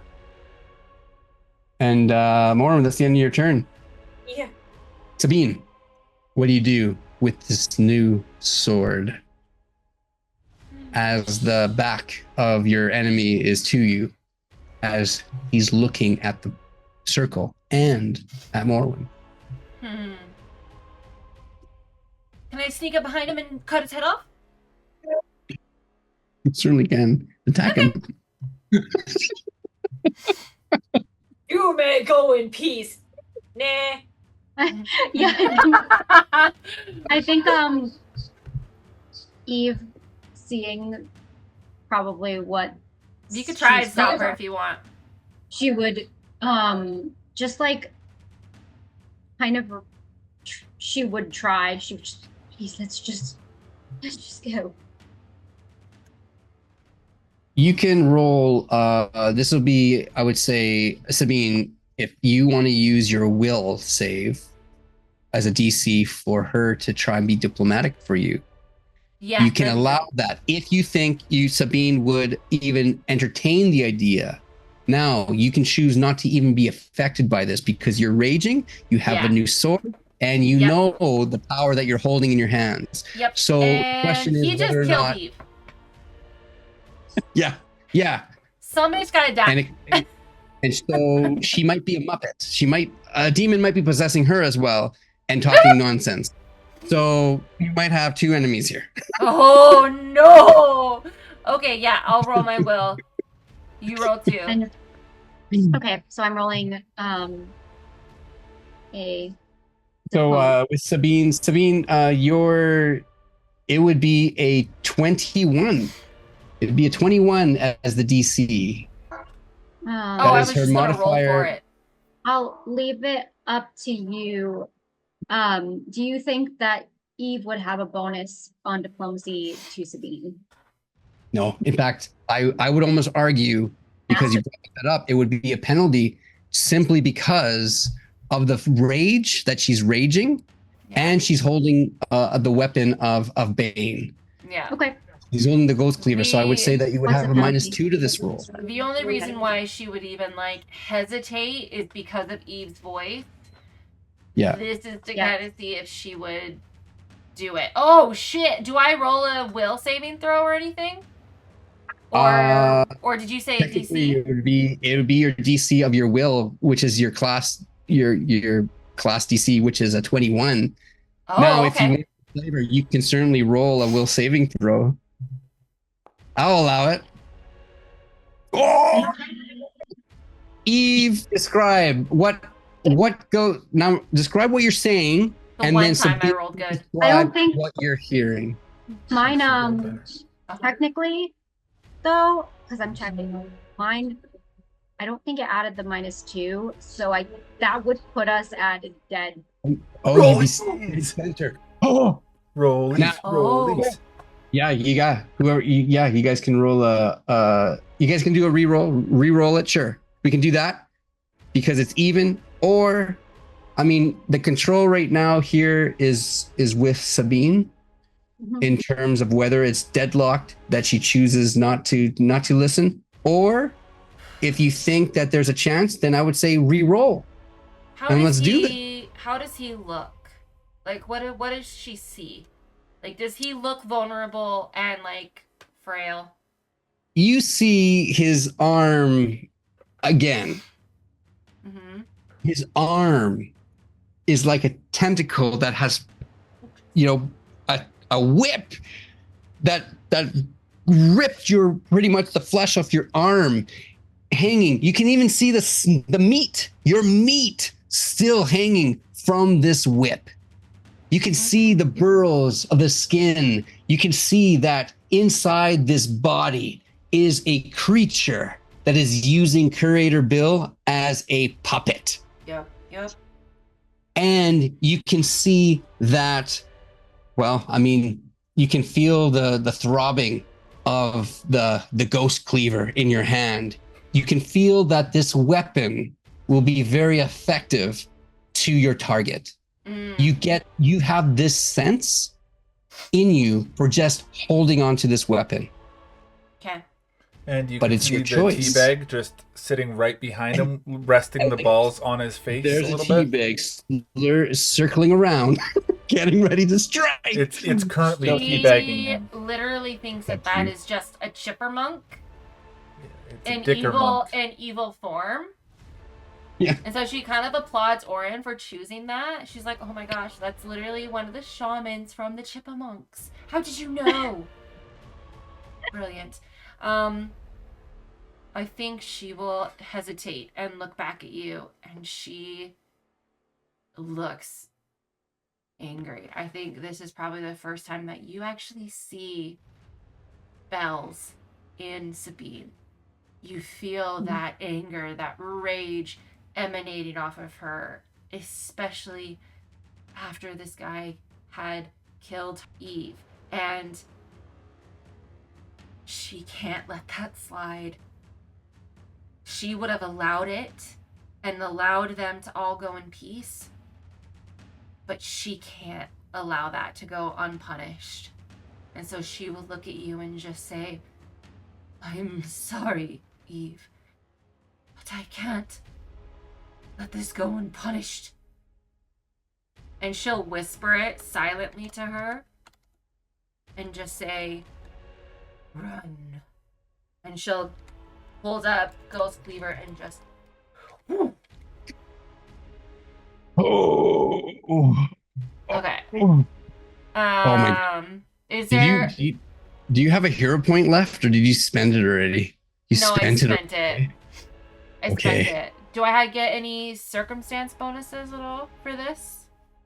Oh my gosh. The circumstance bonus here is the only circumstance bonus. What would happen is if the person is properly flanked.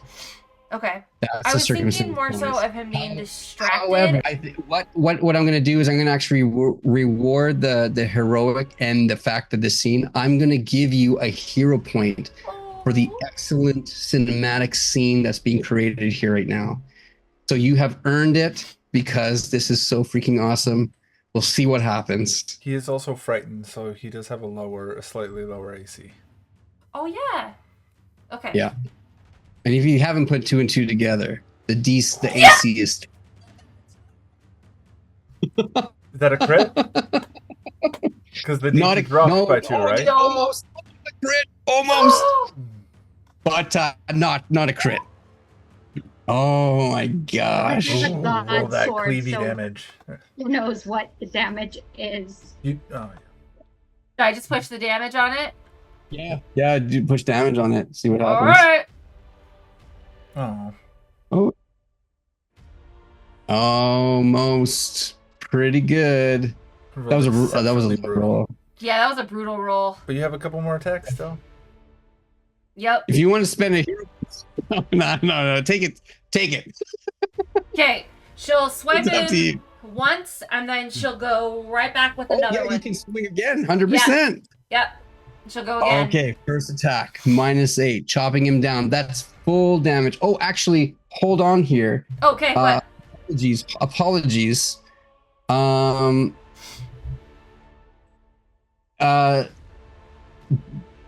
There's a bonus +5 onto that, so that was a total of 8 + 5, so that's a total of 13.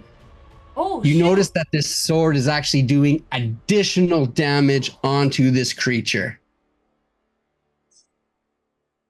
And not based on the roll. So basically, if you wanna do it in your roll, you would add a +5 to the damage in the circumstance. I can add it in Okay. afterwards. Don't Okay. if you can't do it. Perfect. Okay. All right. She'll roll again then for striking him again. Teased it. Okay. Teased I'm gonna use my hero point. Okay. Come on. Roll good, baby. Roll good. Hell yeah. 30. Finally. That 10 away? No, 21 plus 10 is 31. Oh, so close. Okay. So Wait, close. his AC is lowered because he's frightened. Okay, of me. that's Oh, based yeah. on the Yep. Normally lower 23. Damn. Yeah, this guy's a I mean, a that big makes guy. sense. Mine's 22. Okay. You got this. Wait, where's...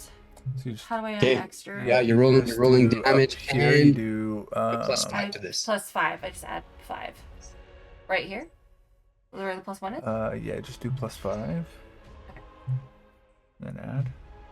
Okay. It's gonna add it as acid, but that's fine. Come on, baby. Come on. Oh, well. 14. +5 equals 14. Okay, yeah, okay, perfect. Okay, you have one more attack? Yep. Okay. Holy smoke. You can see that your strikes, 27. another hit. Yeah. Oh my gosh. Yeah, she's Another mad. hit. Your strikes are just ripping through this guy. Just flesh flying, ooze, that black smoke leaving every cut that you make. Let's go. 15. 15 damage down. Holy smokes. Just He slicing. he's not down, but he is severely injured as he's standing there taking all these strikes to the back. Yep. Okay. And, I should have moved her up a little bit. But yeah, she'll just, after doing all of that, she'll just say... Oh, just so you know, you have reach, so you don't Oh, I have didn't have to move. right up close. Yeah. Oh yeah, you wouldn't have been able to move anyways. Brilliant. Yeah, 10 feet away. That's right. Yeah, there you go. You're there. So Brilliant. every slice, your 10th. This massive sword. Yep. Just, you ever see the anime Berserk? Guts. He had that massive claymore. See, Anyways, I'm just envisioning Cloud from FF7. sure, that works. Yep. Anyway, But yep, a big sword. It's a big sword. he's a big flippin' sword. It's a great sword. It's a great sword. Oren, your turn. Oren, you're seeing that Sabine has not backed down, but she has done some severe damage onto this thing. And she'll just say, "You sure you're not considering just running?" Orin, there's a voice trying to speak to you. Yeah, I think something I've learned is when I hear a voice, I try to listen. I'm gonna listen. You hear a familiar voice. The voice of Zabel. The voice of the mistress. As she begins to sort of, you can kind of see a shape of her spirit. And she looks, you know, in her robe. She's no longer super old that you saw her. You see as almost as if she's in her prime. And she's looking at you and saying, "Rapier is made out of dawn silver. Use your rapier." And then she puts her hand onto you. And you can just kind of feel like this, almost like you feel that Zabel is lost. And you feel like a bit of this agony of a wandering spirit. But you also feel that concern that she had for you all within those caverns, giving her life for you to escape. This is her reaching out to let you know what would be effective against this enemy. And it's like her spirit just dissipates and just kind of that rapier beside you begins to sort of glimmer a little bit. Yeah, I'm not crying. I hear you.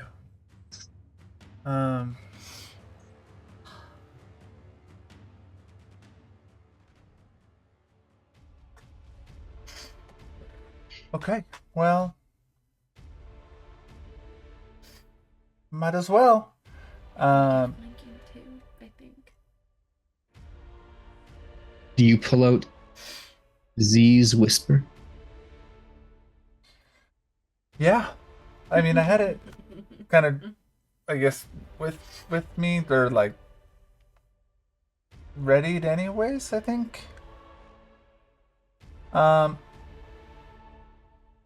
Oh, I guess so.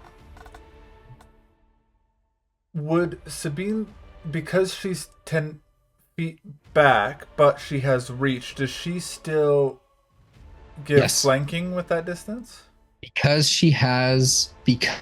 Yeah, you would have to be diagonal to her. Yeah. So you would have to effectively be here in order to properly What flank. about But with the because spiritual she has a weapon? reach, No, spiritual the weapon spiritual weapon get. doesn't count Yeah. towards flanking. No. I tried. Okay, well, I guess Warren's gonna run up here. Yeah, you And- get actually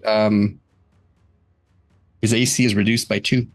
Before I do anything, before I attack, I'm going to say,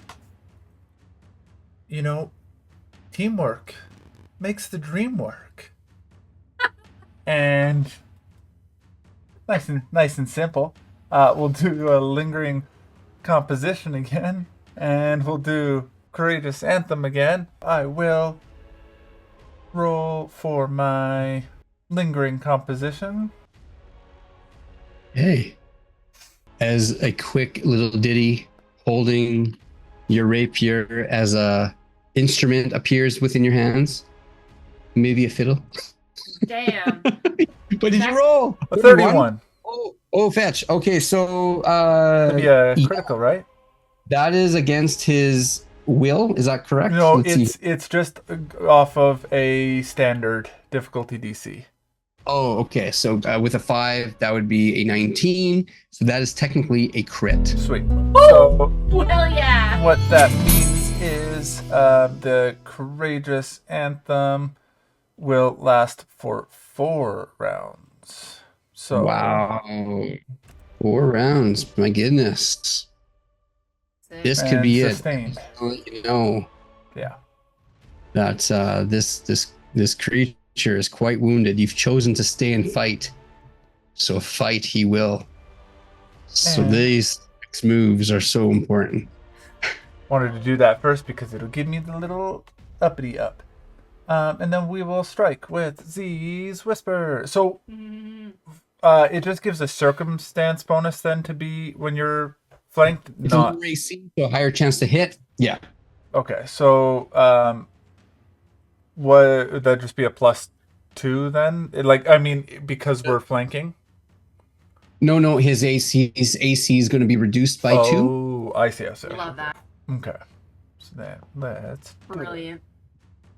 come on. 21. Hey, that hit. What? It is a hit. That's amazing. Yay. Oh damn! Here comes the damage. Nice. Here comes the damage. Well, yeah, so I get to use dexterity on my attack. I don't get to use dexterity on the damage. Oh, I see what you're doing. So it's not going to be all that much Wait. damage, which is why I don't typically use it. So +5. 2 damage. Plus 5 Oh, damage. yay, 7 damage. 7 damage. All right. It's an annoying But- thing about so in 5e when you have something that is finesse, Finesse you weapon. use Yeah. dexterity for the attack and the damage, but in Pathfinder you only get to use it for the attack roll and not for the damage roll. Pull-ups. Mm-hmm. Not That's a his way. strength character. Okay, 7 damage. As you find that the blade goes directly in, the black smoke pouring out as it's reacting to the blade, and this dawn silver seems to be very effective against this type of enemy. And the teabag just poofs just white. It poofs into like a white ectoplasm like substance and lands all over the guy and disappears. Blinding him. Okay, amazing. That's your turn, That's it. Eve. Yes, What are you gonna do? and good news. My figured out my character sheet, so I can use it.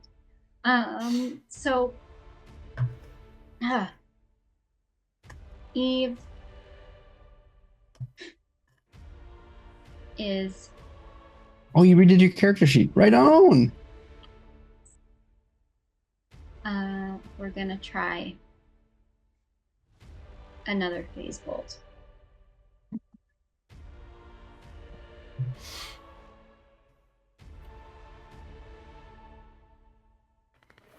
Hell yeah. And we're gonna miss. No, needed to beat it. You're effectively flanked, so it's a Needed hit. to beat it. Yeah, Oh, because excellent. you're flanked right to him, and you're using a range. Yeah, that totally counts. Freaking Fantastic. finally, Eve, you did it. Job. I did. Oh, okay, right on. So these bolts of energy, the shadow with sort of laced with a red glow, Yeah, biting rock, shoot Yeah. out towards possessed Bill. multiple like these beams. Yeah. Strikes him. The smoke kind of coming out of his mouth as the amount of damage this creature has taken during these last couple turns. It is, you can tell, like on its last legs, on its last breath. What other thing are you doing?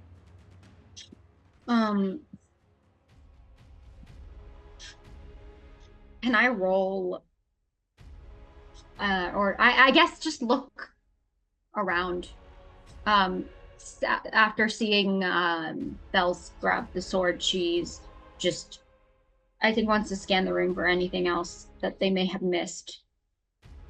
Okay, yeah, you can do a perception roll, and see what you see. And that is a natural 20, 30. Yeah. Okay. Your eyes. You look around and seeing what's being missed, and you aren't alone in this room with this enemy. There's someone else in here, and you were able to see it. You see the image, almost like a ghostly image of a beast, of a black beast staring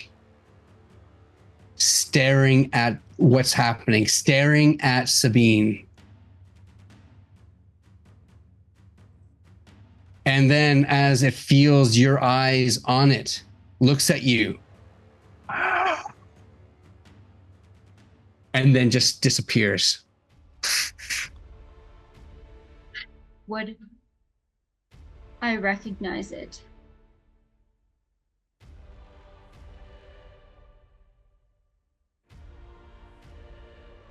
Roll a society roll.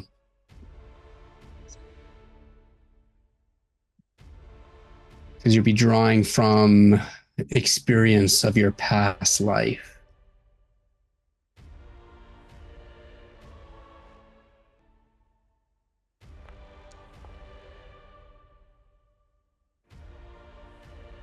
You know, yeah. Drawing upon your memories as now you're tapping into that side of Verinia. Mm-hmm.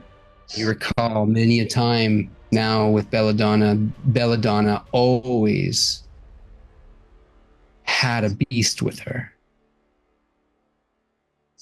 And you know Bane had one as well.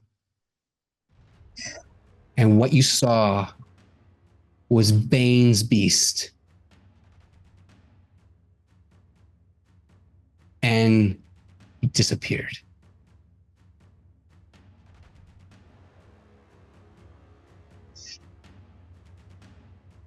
Cool.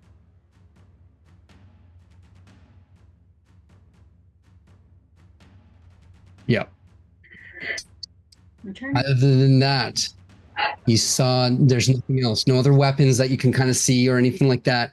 Your eyes go to the circle of where Morrowind is, and you know that from what Morrowind was saying, the reason why it was drawn here was simply because of that circle. And you know that the circle hasn't been fully destroyed. Like it's still summoning. You can tell that it's still active. That that's what you see. Okay. But no one else would have saw that without a natural 20. So congratulations. Thanks. The dice have consistently ruled that finding stuff and seeing stuff is the thing she's good at. So. Unraveling a bit of the mystery. Detective Eve. Yep. Okay.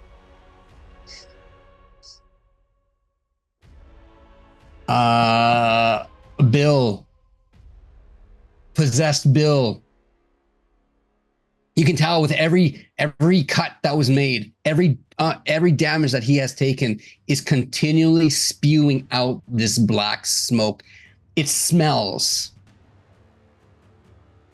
It stinks of just unholiness.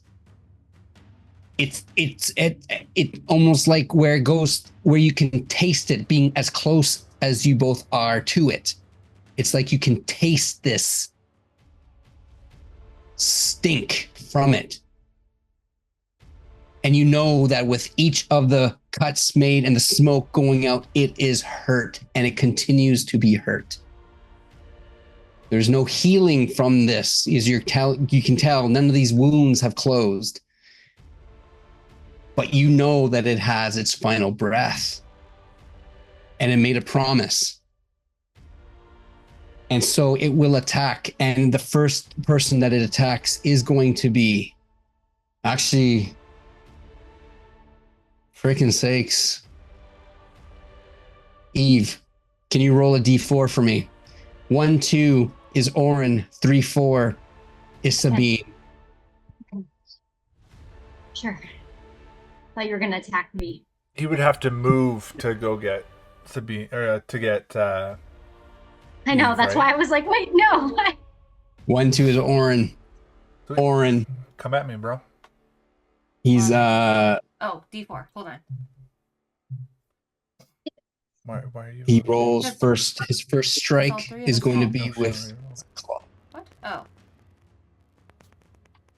I thought we each rolled. 14 misses. Yeah, by a long shot. Oh. Going, you can, yeah. You know what? Makes sense. The thing is like losing its strength. It swings at you. You've You got can to see do a lot better than that. eye to is hit now- me. and he's like, "Oh, why is there 2 of you?" And Oh, there's 3 or 4 of me, baby. it's going to try again. Come at me. Oh, too bad. So sad. 13. And you suck. Now there's 3 of you. Sabine audibly laughs behind him. Orange just dodge, duck, dip, dive, and dodge. Dick Diamond Dot. So Dick, his dive, and final dodge. his final attack, as he hears the laughter, is whip around with his whip and throw it across as it's long. It has reach. It can reach Sabine. Final attack. I was just too much for him. Oh, that sucked. Oh Oh, it man! misses. And that's its turn. It's tried, and now you can see the eye. Oren, you would see this. You're up close. It doesn't have the, I don't know if this is the last round for its frightened condition, but the eye is effectively wide and frightened. Rupert Chomsky doesn't do anything. No, he's just gonna Hides. stay there. Morrowind, Pipe everyone bomb. chose to stay. Morwen's gonna use her terrorism techniques. It's not terrorism. She's an She's gonna- eco warrior, she's and gonna- he's undead. You have a missile You're- launcher? I am going to.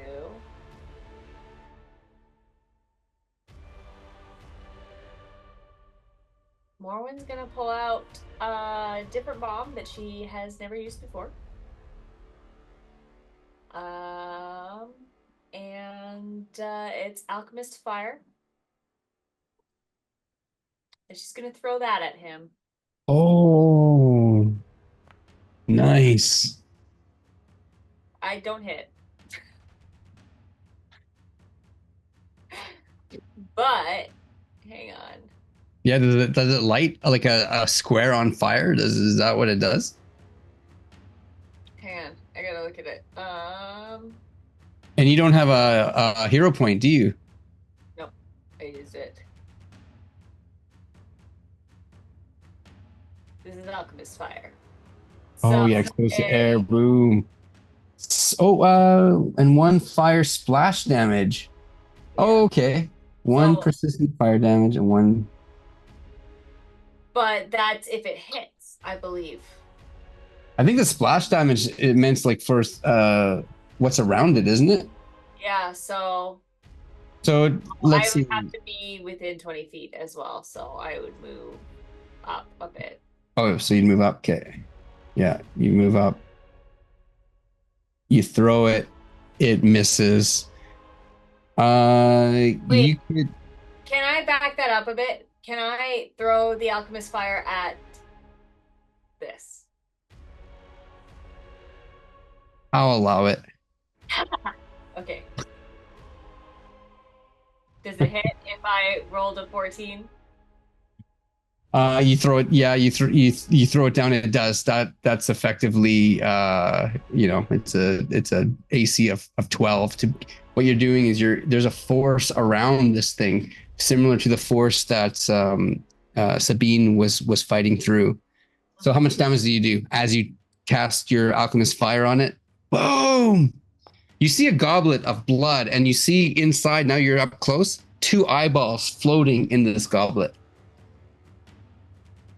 2 damage. But I could walk through it? You walked through it, but now you're trying to disturb it to destroy the summoning, and that's different. You're trying to now disrupt the magic. 2 damage. Given the fact that it's fire, it does more damage than that. As it's burning there, you know that another successful hit, you probably will be able to destroy this thing. Okay, well, can I throw another alchemist fire at it then? It's only an action. Yeah, you have another one? Yeah, I have another one. Right. What do you think this is? Come on. Throw it again. Okay. Roll one. Hang on. We're gonna burn a witch. There's gonna be a witch burning today. Oh my gosh! That's a crit. Yeah. Oh my goodness. Okay, so you know what? Yeah, roll your critical damage on this. Yes, it's a hit. I know for a fact that that it's not that high of a barrier, especially with the fire. It's susceptible to it, so it will effectively take it down. However, there is a force explosion as when these seals get broken that Sabine was familiar with. You are going to be experiencing it. However, because you had a natural 20 and it was a crit roll, I'll give you a +4 to your reflex save. So to see if you can avoid the damage. So all you have to do is beat a 15. So I get a +4.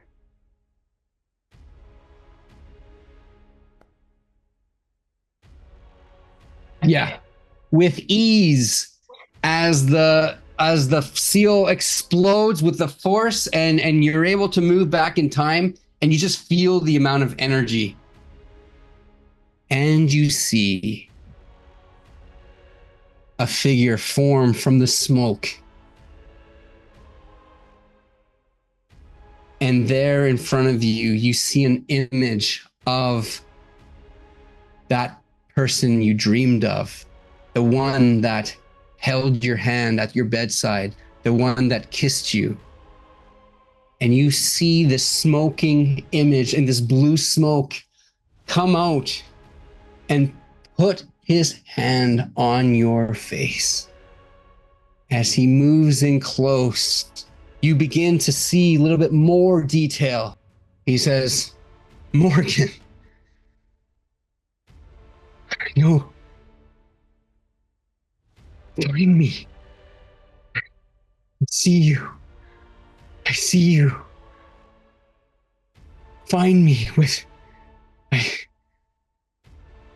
trapped. I can't get out." Where are you?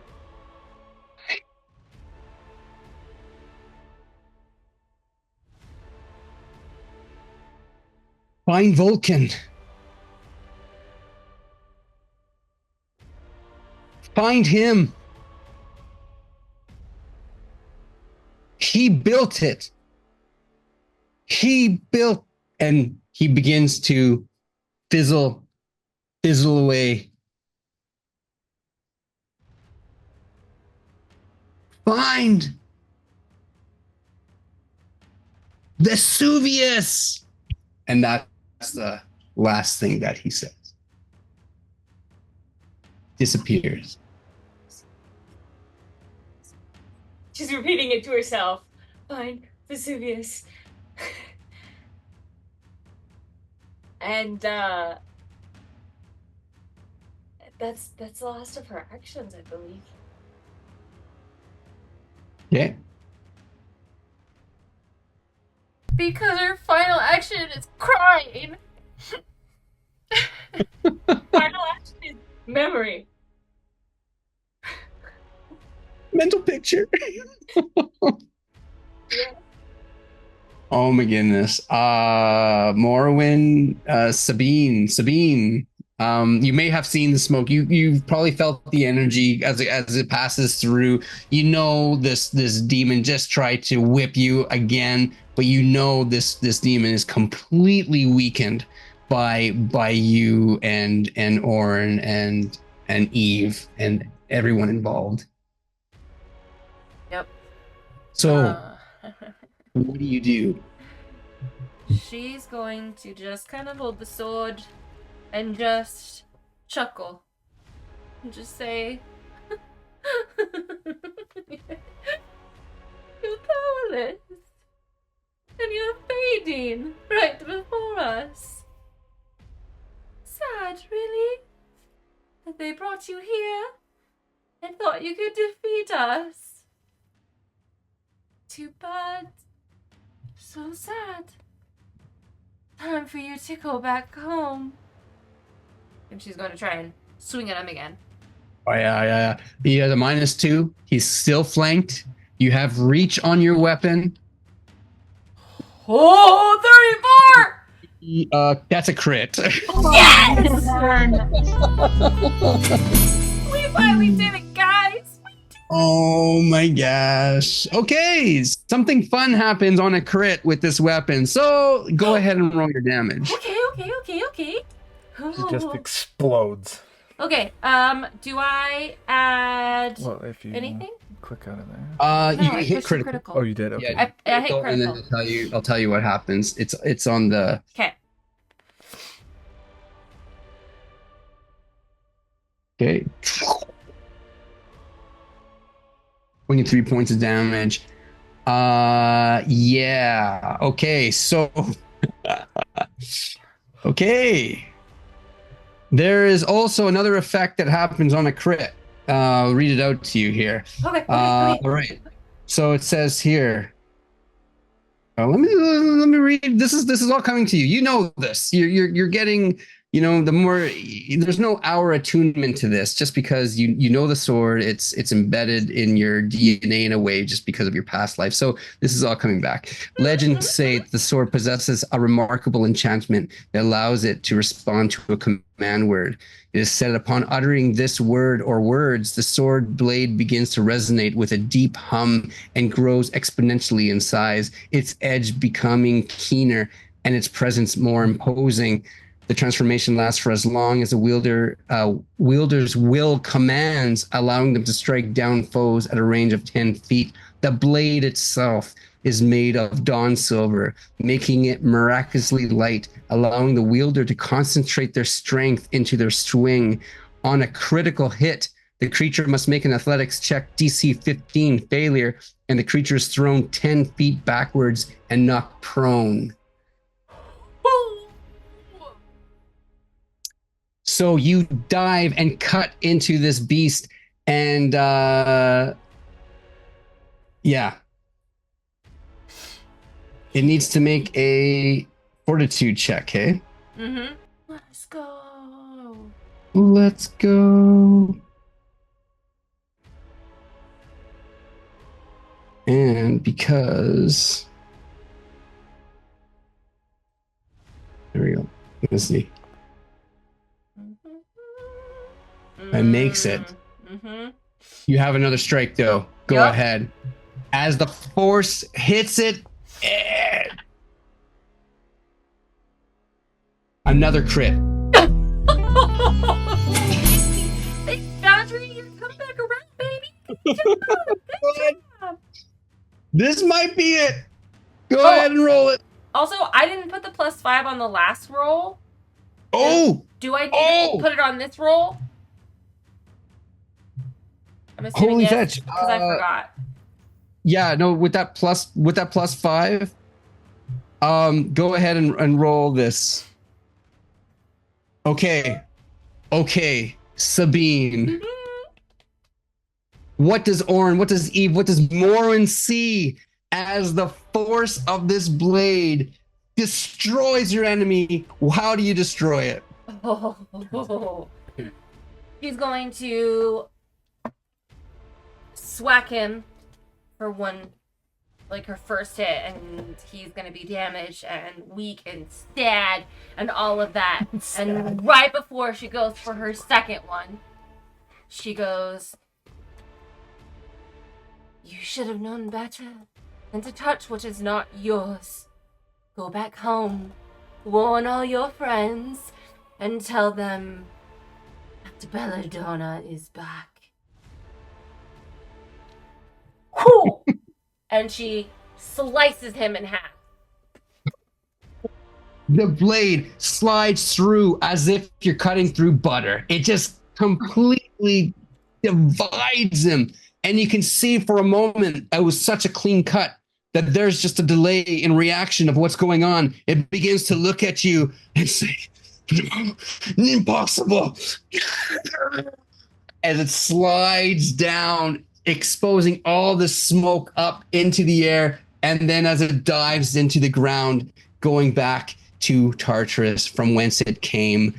And you are left with the body of the puppet, Curator Bill. Blood exposed, everything. And you are no longer in danger. You are left alone in this chamber as you have defeated one hell of a demon. Hell yeah, we did. I told you you couldn't hurt me. Bitch. Not even once. Just kidding. Mormon didn't say the second part, but Sucks to suck. you suck. It sucked.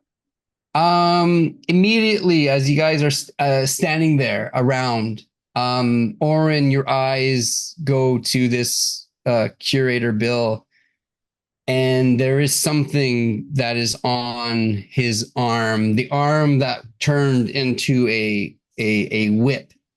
And now with the clean cut, like it just, the clothes have been exposing more of the arm. There is a tattoo on this person's arm, and it doesn't look like it's a tattoo that came from Curator Bill. It looks as if this tattoo was formed as the way that it kind of was burned into the skin after he transformed. Can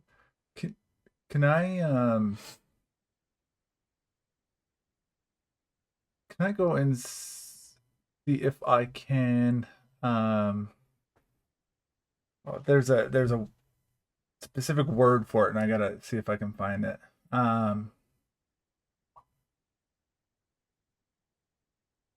Because if you didn't know, Orin happens to be a tattoo artist. Oh.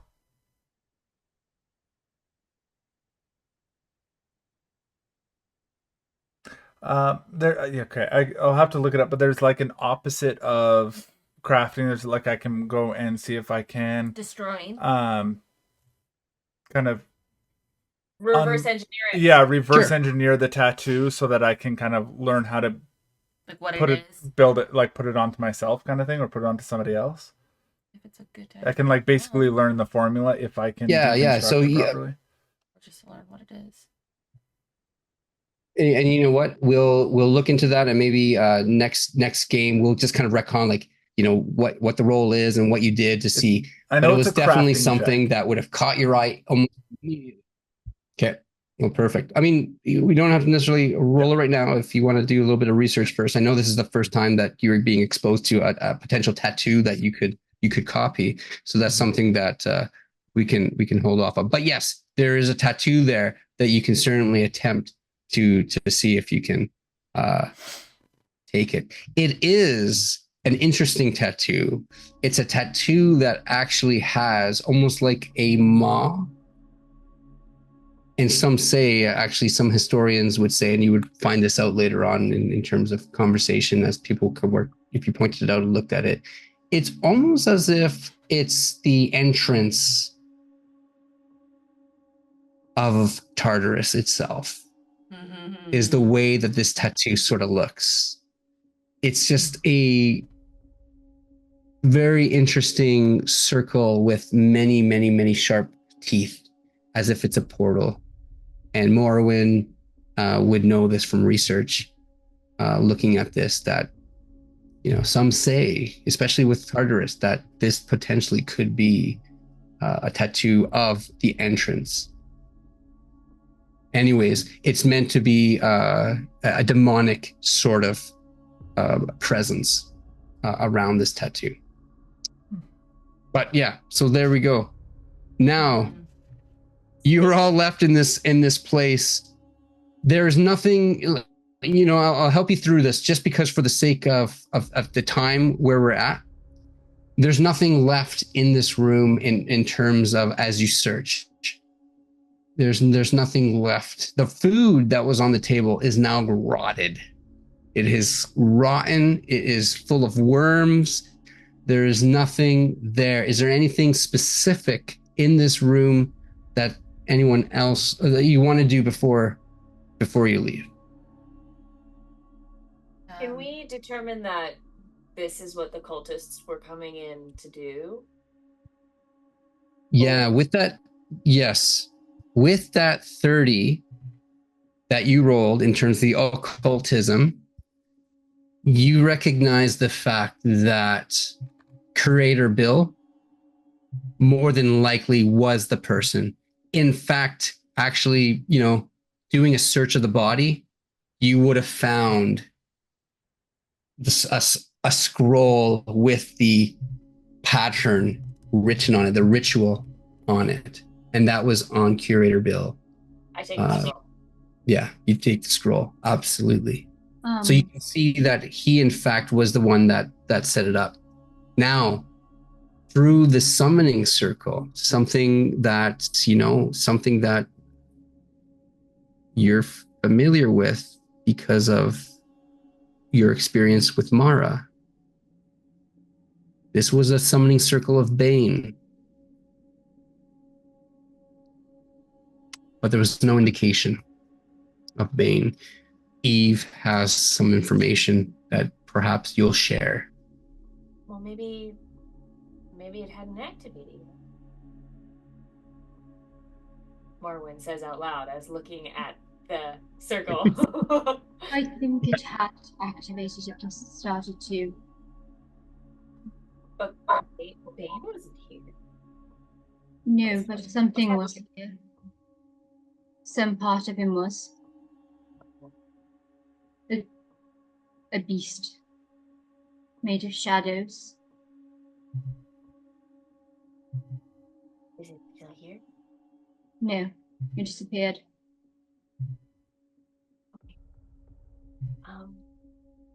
Hey, identify! She slaps her tattoo. And I figured out what it looks like. It is a compass, like north, south, east, west. It's like a compass star, but it has the phases of the moon in a circle around it. Brilliant. That's cool. Awesome. Yeah, it was said that identify would be able to help lead you to things that you sought. So that's very appropriate. That's pretty cool. Yeah. Identify does wake up. He comes out. Sabine, you're hearing this. I imagine you're nearby in hearing this conversation. Yeah, she and would, you can certainly make a society roll with a +4 to see if you can make a connection here.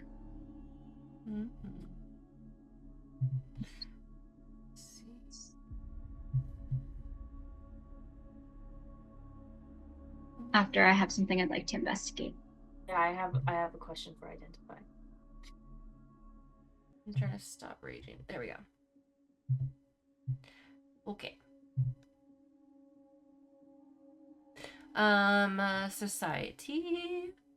I was also going to use my planar rift as well to like after this, if that is okay too.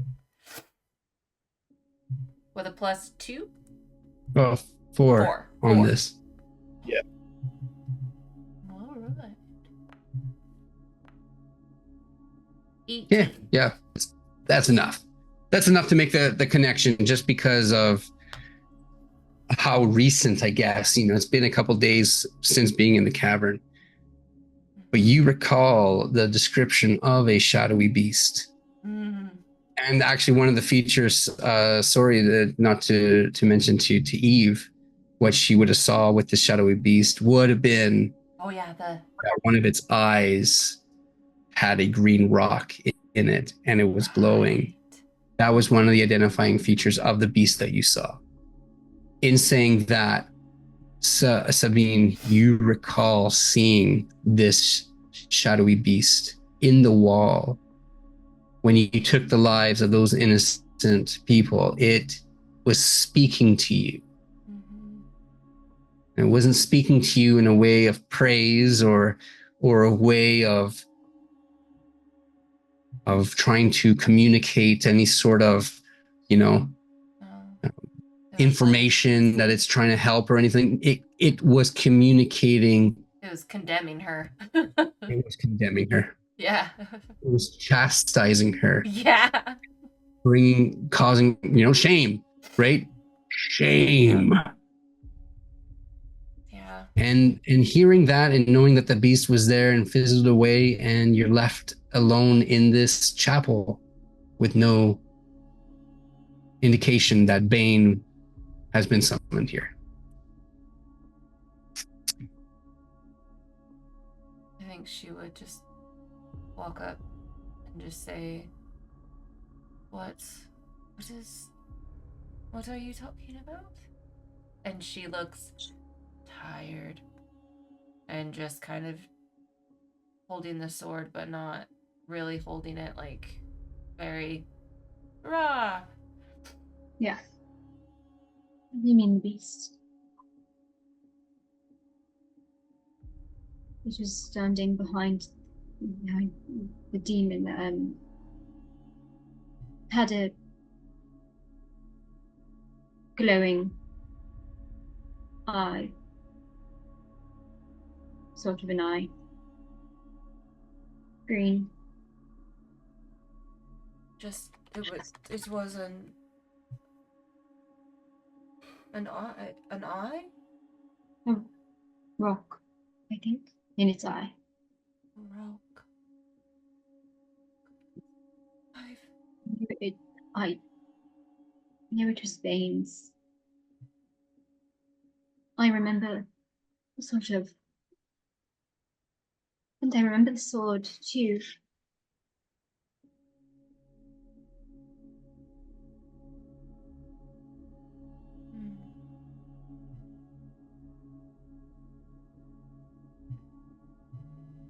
Are you all right?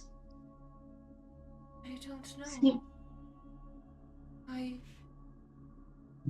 remember things, and I remember Bane, and I remember that he was is my twin, but I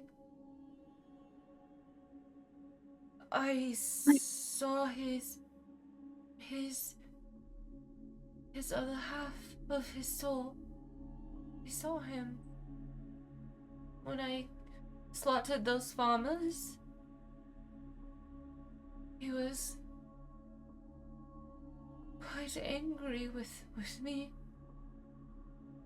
He always was the meaner one of our... It doesn't matter. I've never to pass any sort of judgment on you. You were between the two of you. You were the more just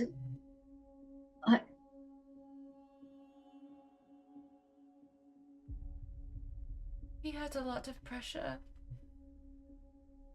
I can remember that.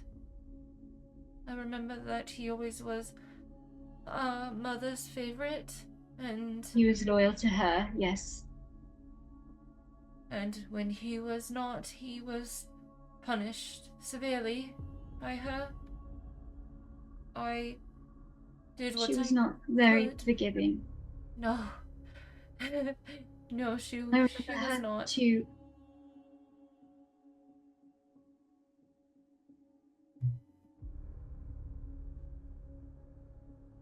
Eve,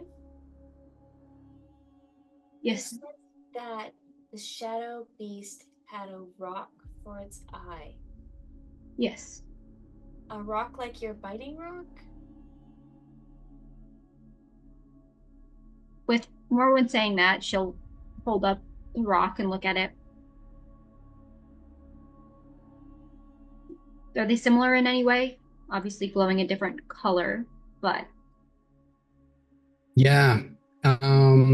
Similar in the sense that it's a rock that's glowing, but you're not sure if there's a connection in terms of the reasons why you're using this rock and what it means to Right. you, and if that's there.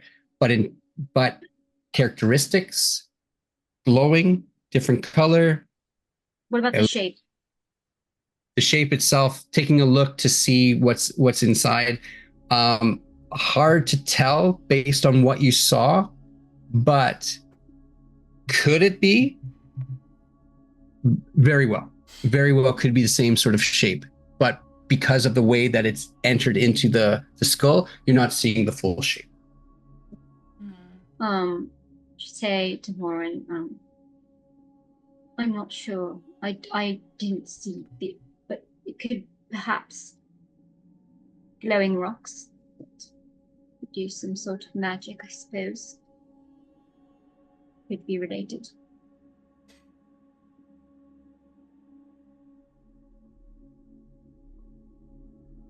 Possibly. And she just walks around and goes and starts talking to herself in a corner. I think you would kind of kneel down next to the corpse of Bill, and she would also look for if he had one of the masks, the cult masks on him. As you look, as you look through specifically now for that, you can tell that inside his robe, but you don't have to do a check because you're spending time doing this, peeling off the clothes. You do find a broken mask. She will shake it. Okay. The pieces of it. Yeah. It's broken into 3 pieces. You suspect during the battle, during some way, maybe the weight falling on it, you're not quite sure, but you can tell that it's just broken in 3 pieces. Definitely don't feel too bad that he died then. Well, I think we found a cultist.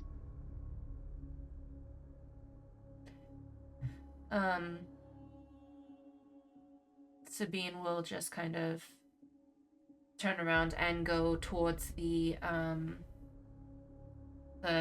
box that had Bane's weapon in it. She's going to try to find his, can't think of the name. The sword Sheath? holder. Yep, there we go. Sheath. I knew it was started with an S. Thank you, baby. Yes. His sheath for the sword.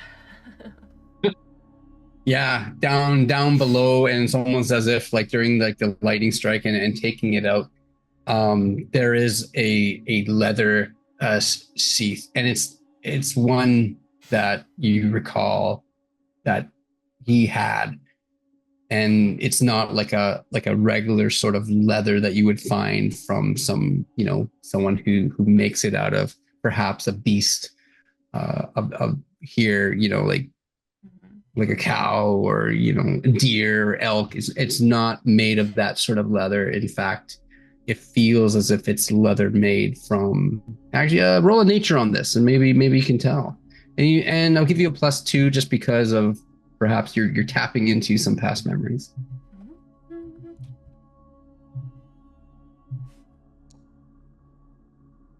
Ooh, that'd be a 30. Oh, yeah.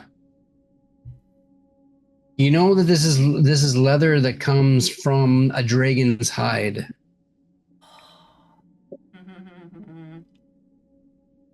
Okay. And you know that dragons aren't found on the land anymore. These are of the olden times. But this is dragon hide leather that it's made of. She'll kind of she'll kind of like kneel, like, you know, like kneel down like on her knees kind of, and just sit on the floor and put the sword on the ground, knowing full well that her brother would rage at her for disrespecting this blade.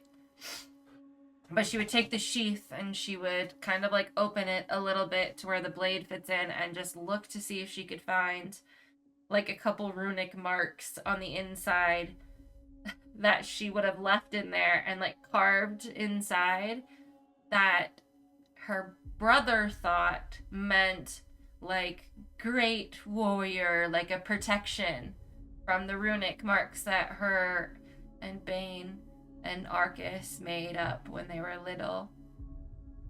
And it actually said like something like dragon dung, or like calling him like a sheep's ass, something funny.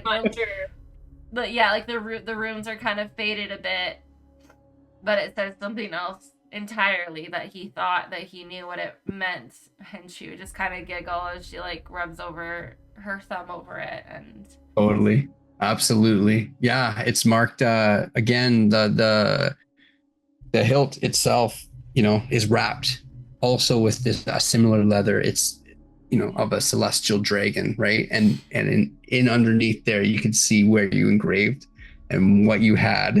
You find it, and you know this is his sword. No doubt in your mind, this is his sword. Yeah. She'll attach the sheath to her and very, very clumsily try to put it in the sheath if she could. Probably misses it a couple times. So a fun fact though about this Dawn Silver is that it affects certain creatures. With her putting the sword in the sheath, just curious, if she were to nick herself with it at all, would it do anything to her? Because she doesn't really know what she is, or why she is the way she is. Because she's different than even her celestial form.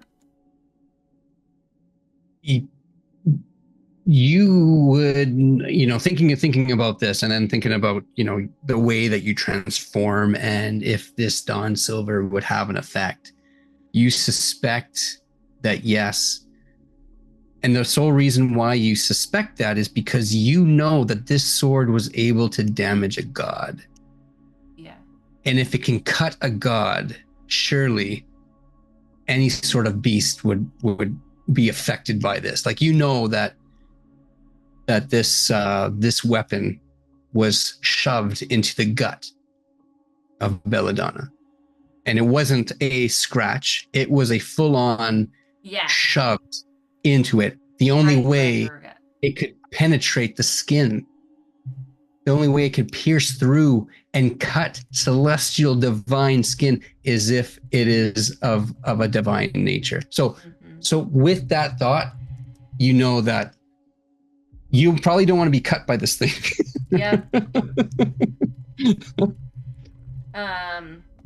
Yeah, then she will put it in the sheath then. Probably miss it a couple times, but eventually get it in the sheath.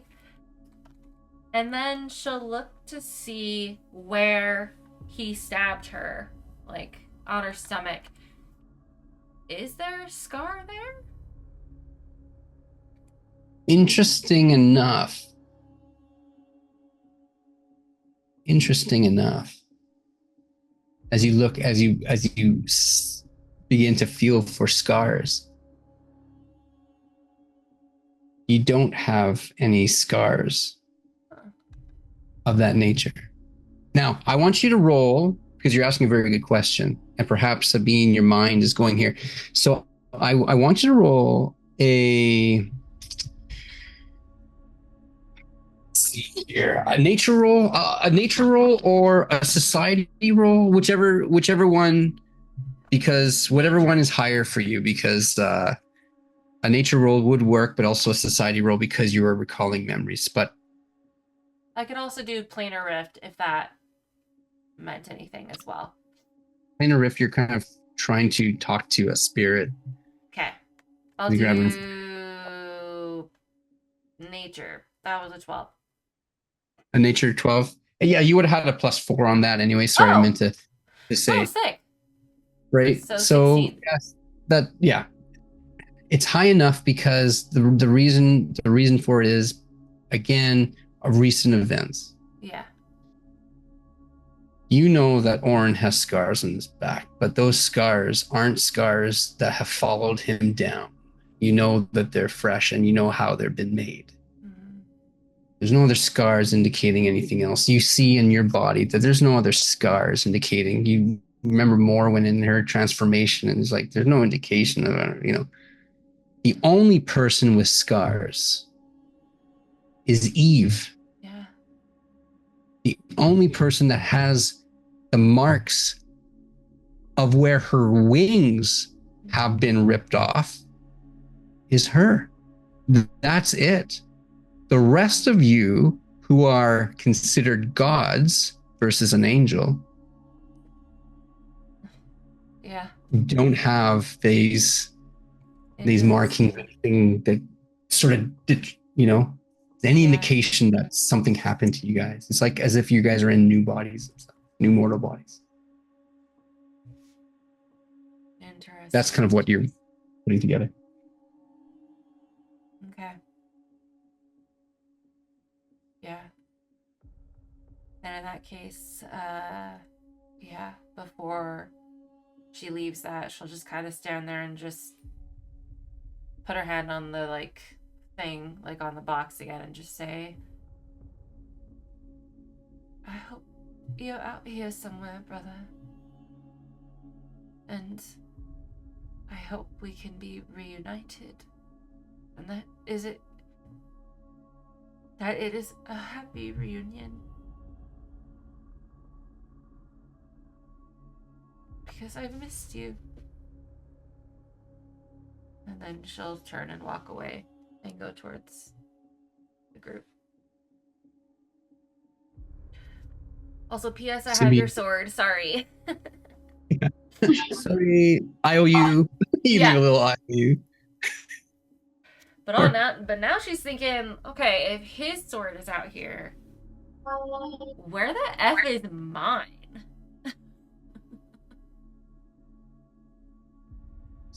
Great question. Mm-hmm. One of the things that Eve and Morwen, if you guys, and even Orin, if you were looking at the weapon case, Sabine would not see this because she doesn't read. But you would see a sign. He put it upside down again. It's not. This is a replica. It indicates that the sword is a replica of the sword wielded by Bane. That's the sign that was on this case, that it was a replica. But seeing that sign and then seeing the sword that she's carrying, and seeing what it just did in battle. Yeah. Damn.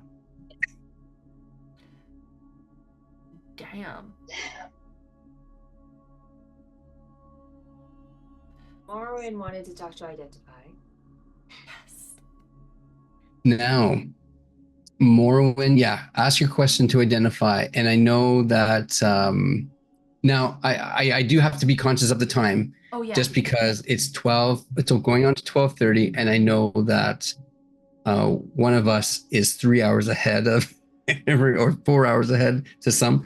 Ahead of everyone else. So let me just ask in terms of a time that we should end. 10 minutes at 12:30 proper, or is this a good place? And I can just do a quick update on terms of, like, we can have the conversation with Identify next session if you'd like, and then have that conversation, and we can just finish up. I can do a quick recap in terms of what happens here in this place.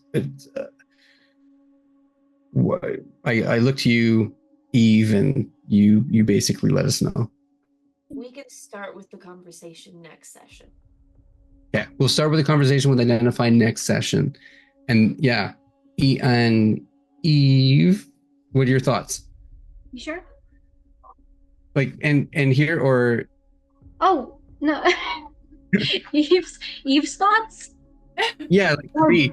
Ree's thoughts. Name. I'm talking to Ree now. Right. Ree thinks is asking Sarah, are you sure that's you don't? Because if you want to do it now, you can. But I also don't want to go too late. I mean, it gives So you. it's completely up to you. If we do it at the beginning, and next time you get like full time, you don't have to rush it. Yeah, that's true. Yeah, would hate Okay. to rush anything. We'll do that. We'll go back and we'll start with the conversation that you have with Identify, and then we can kind of fill in the gaps in case you have some other conversation with. But for the sake of time, what I'm going to say is this. You guys exit the museum. The last room to visit is that of the Chapel of Louisinia. You find that as you enter there, the entire chapel itself has been destroyed, as if someone has come through and just sort of tossed things around, breaking. But one of the signs that you do see on the door, much like the rest of them, is that this is not the proper Chapel of Louisinia. The Chapel of Louisinia is actually in Ukamar. But this is again, a replica, a representation of the chapel. Not much is learned other than you could see the coronation of Bane, a statues that indicate when Louisinia has placed the favor on Bane versus Belladonna. You also find broken statues that almost seem that have similarities to an angel, perhaps a canto with an instrument, a dark maiden, and even a wolf. And somehow in this whoever came through and destroyed this place has toppled over these things, and these statues were within what looked to be as a representation of an arena. And you can see that there was a plaque that has been smashed, but taking a look at it, it said that these were Licinia's mercy. And that is all that's here. And other than that, everything else has been vandalized. But Eve, in terms of your searching, you see that the chapel, the temple, is in Ukamar. You leave the museum cathedral. And as the doors close, you can see that the sun is about to rise. As the dawn of a new day approaches, you make your way through the streets. More when you recall that Farron was going to find you place to rest at the bathhouse. You make your way there. And there, waiting, none other than Farron. greets you all and shows you to your rooms in the bathhouse. Next week, we will begin our session in the bathhouse, as well as a conversation between Morwen and Identify to fill in the gap of those events. But thank you very much, everybody who stuck around for episode 17. As always, we hope you live your best selves in your mortal roles. We will see you next time. Bye, guys.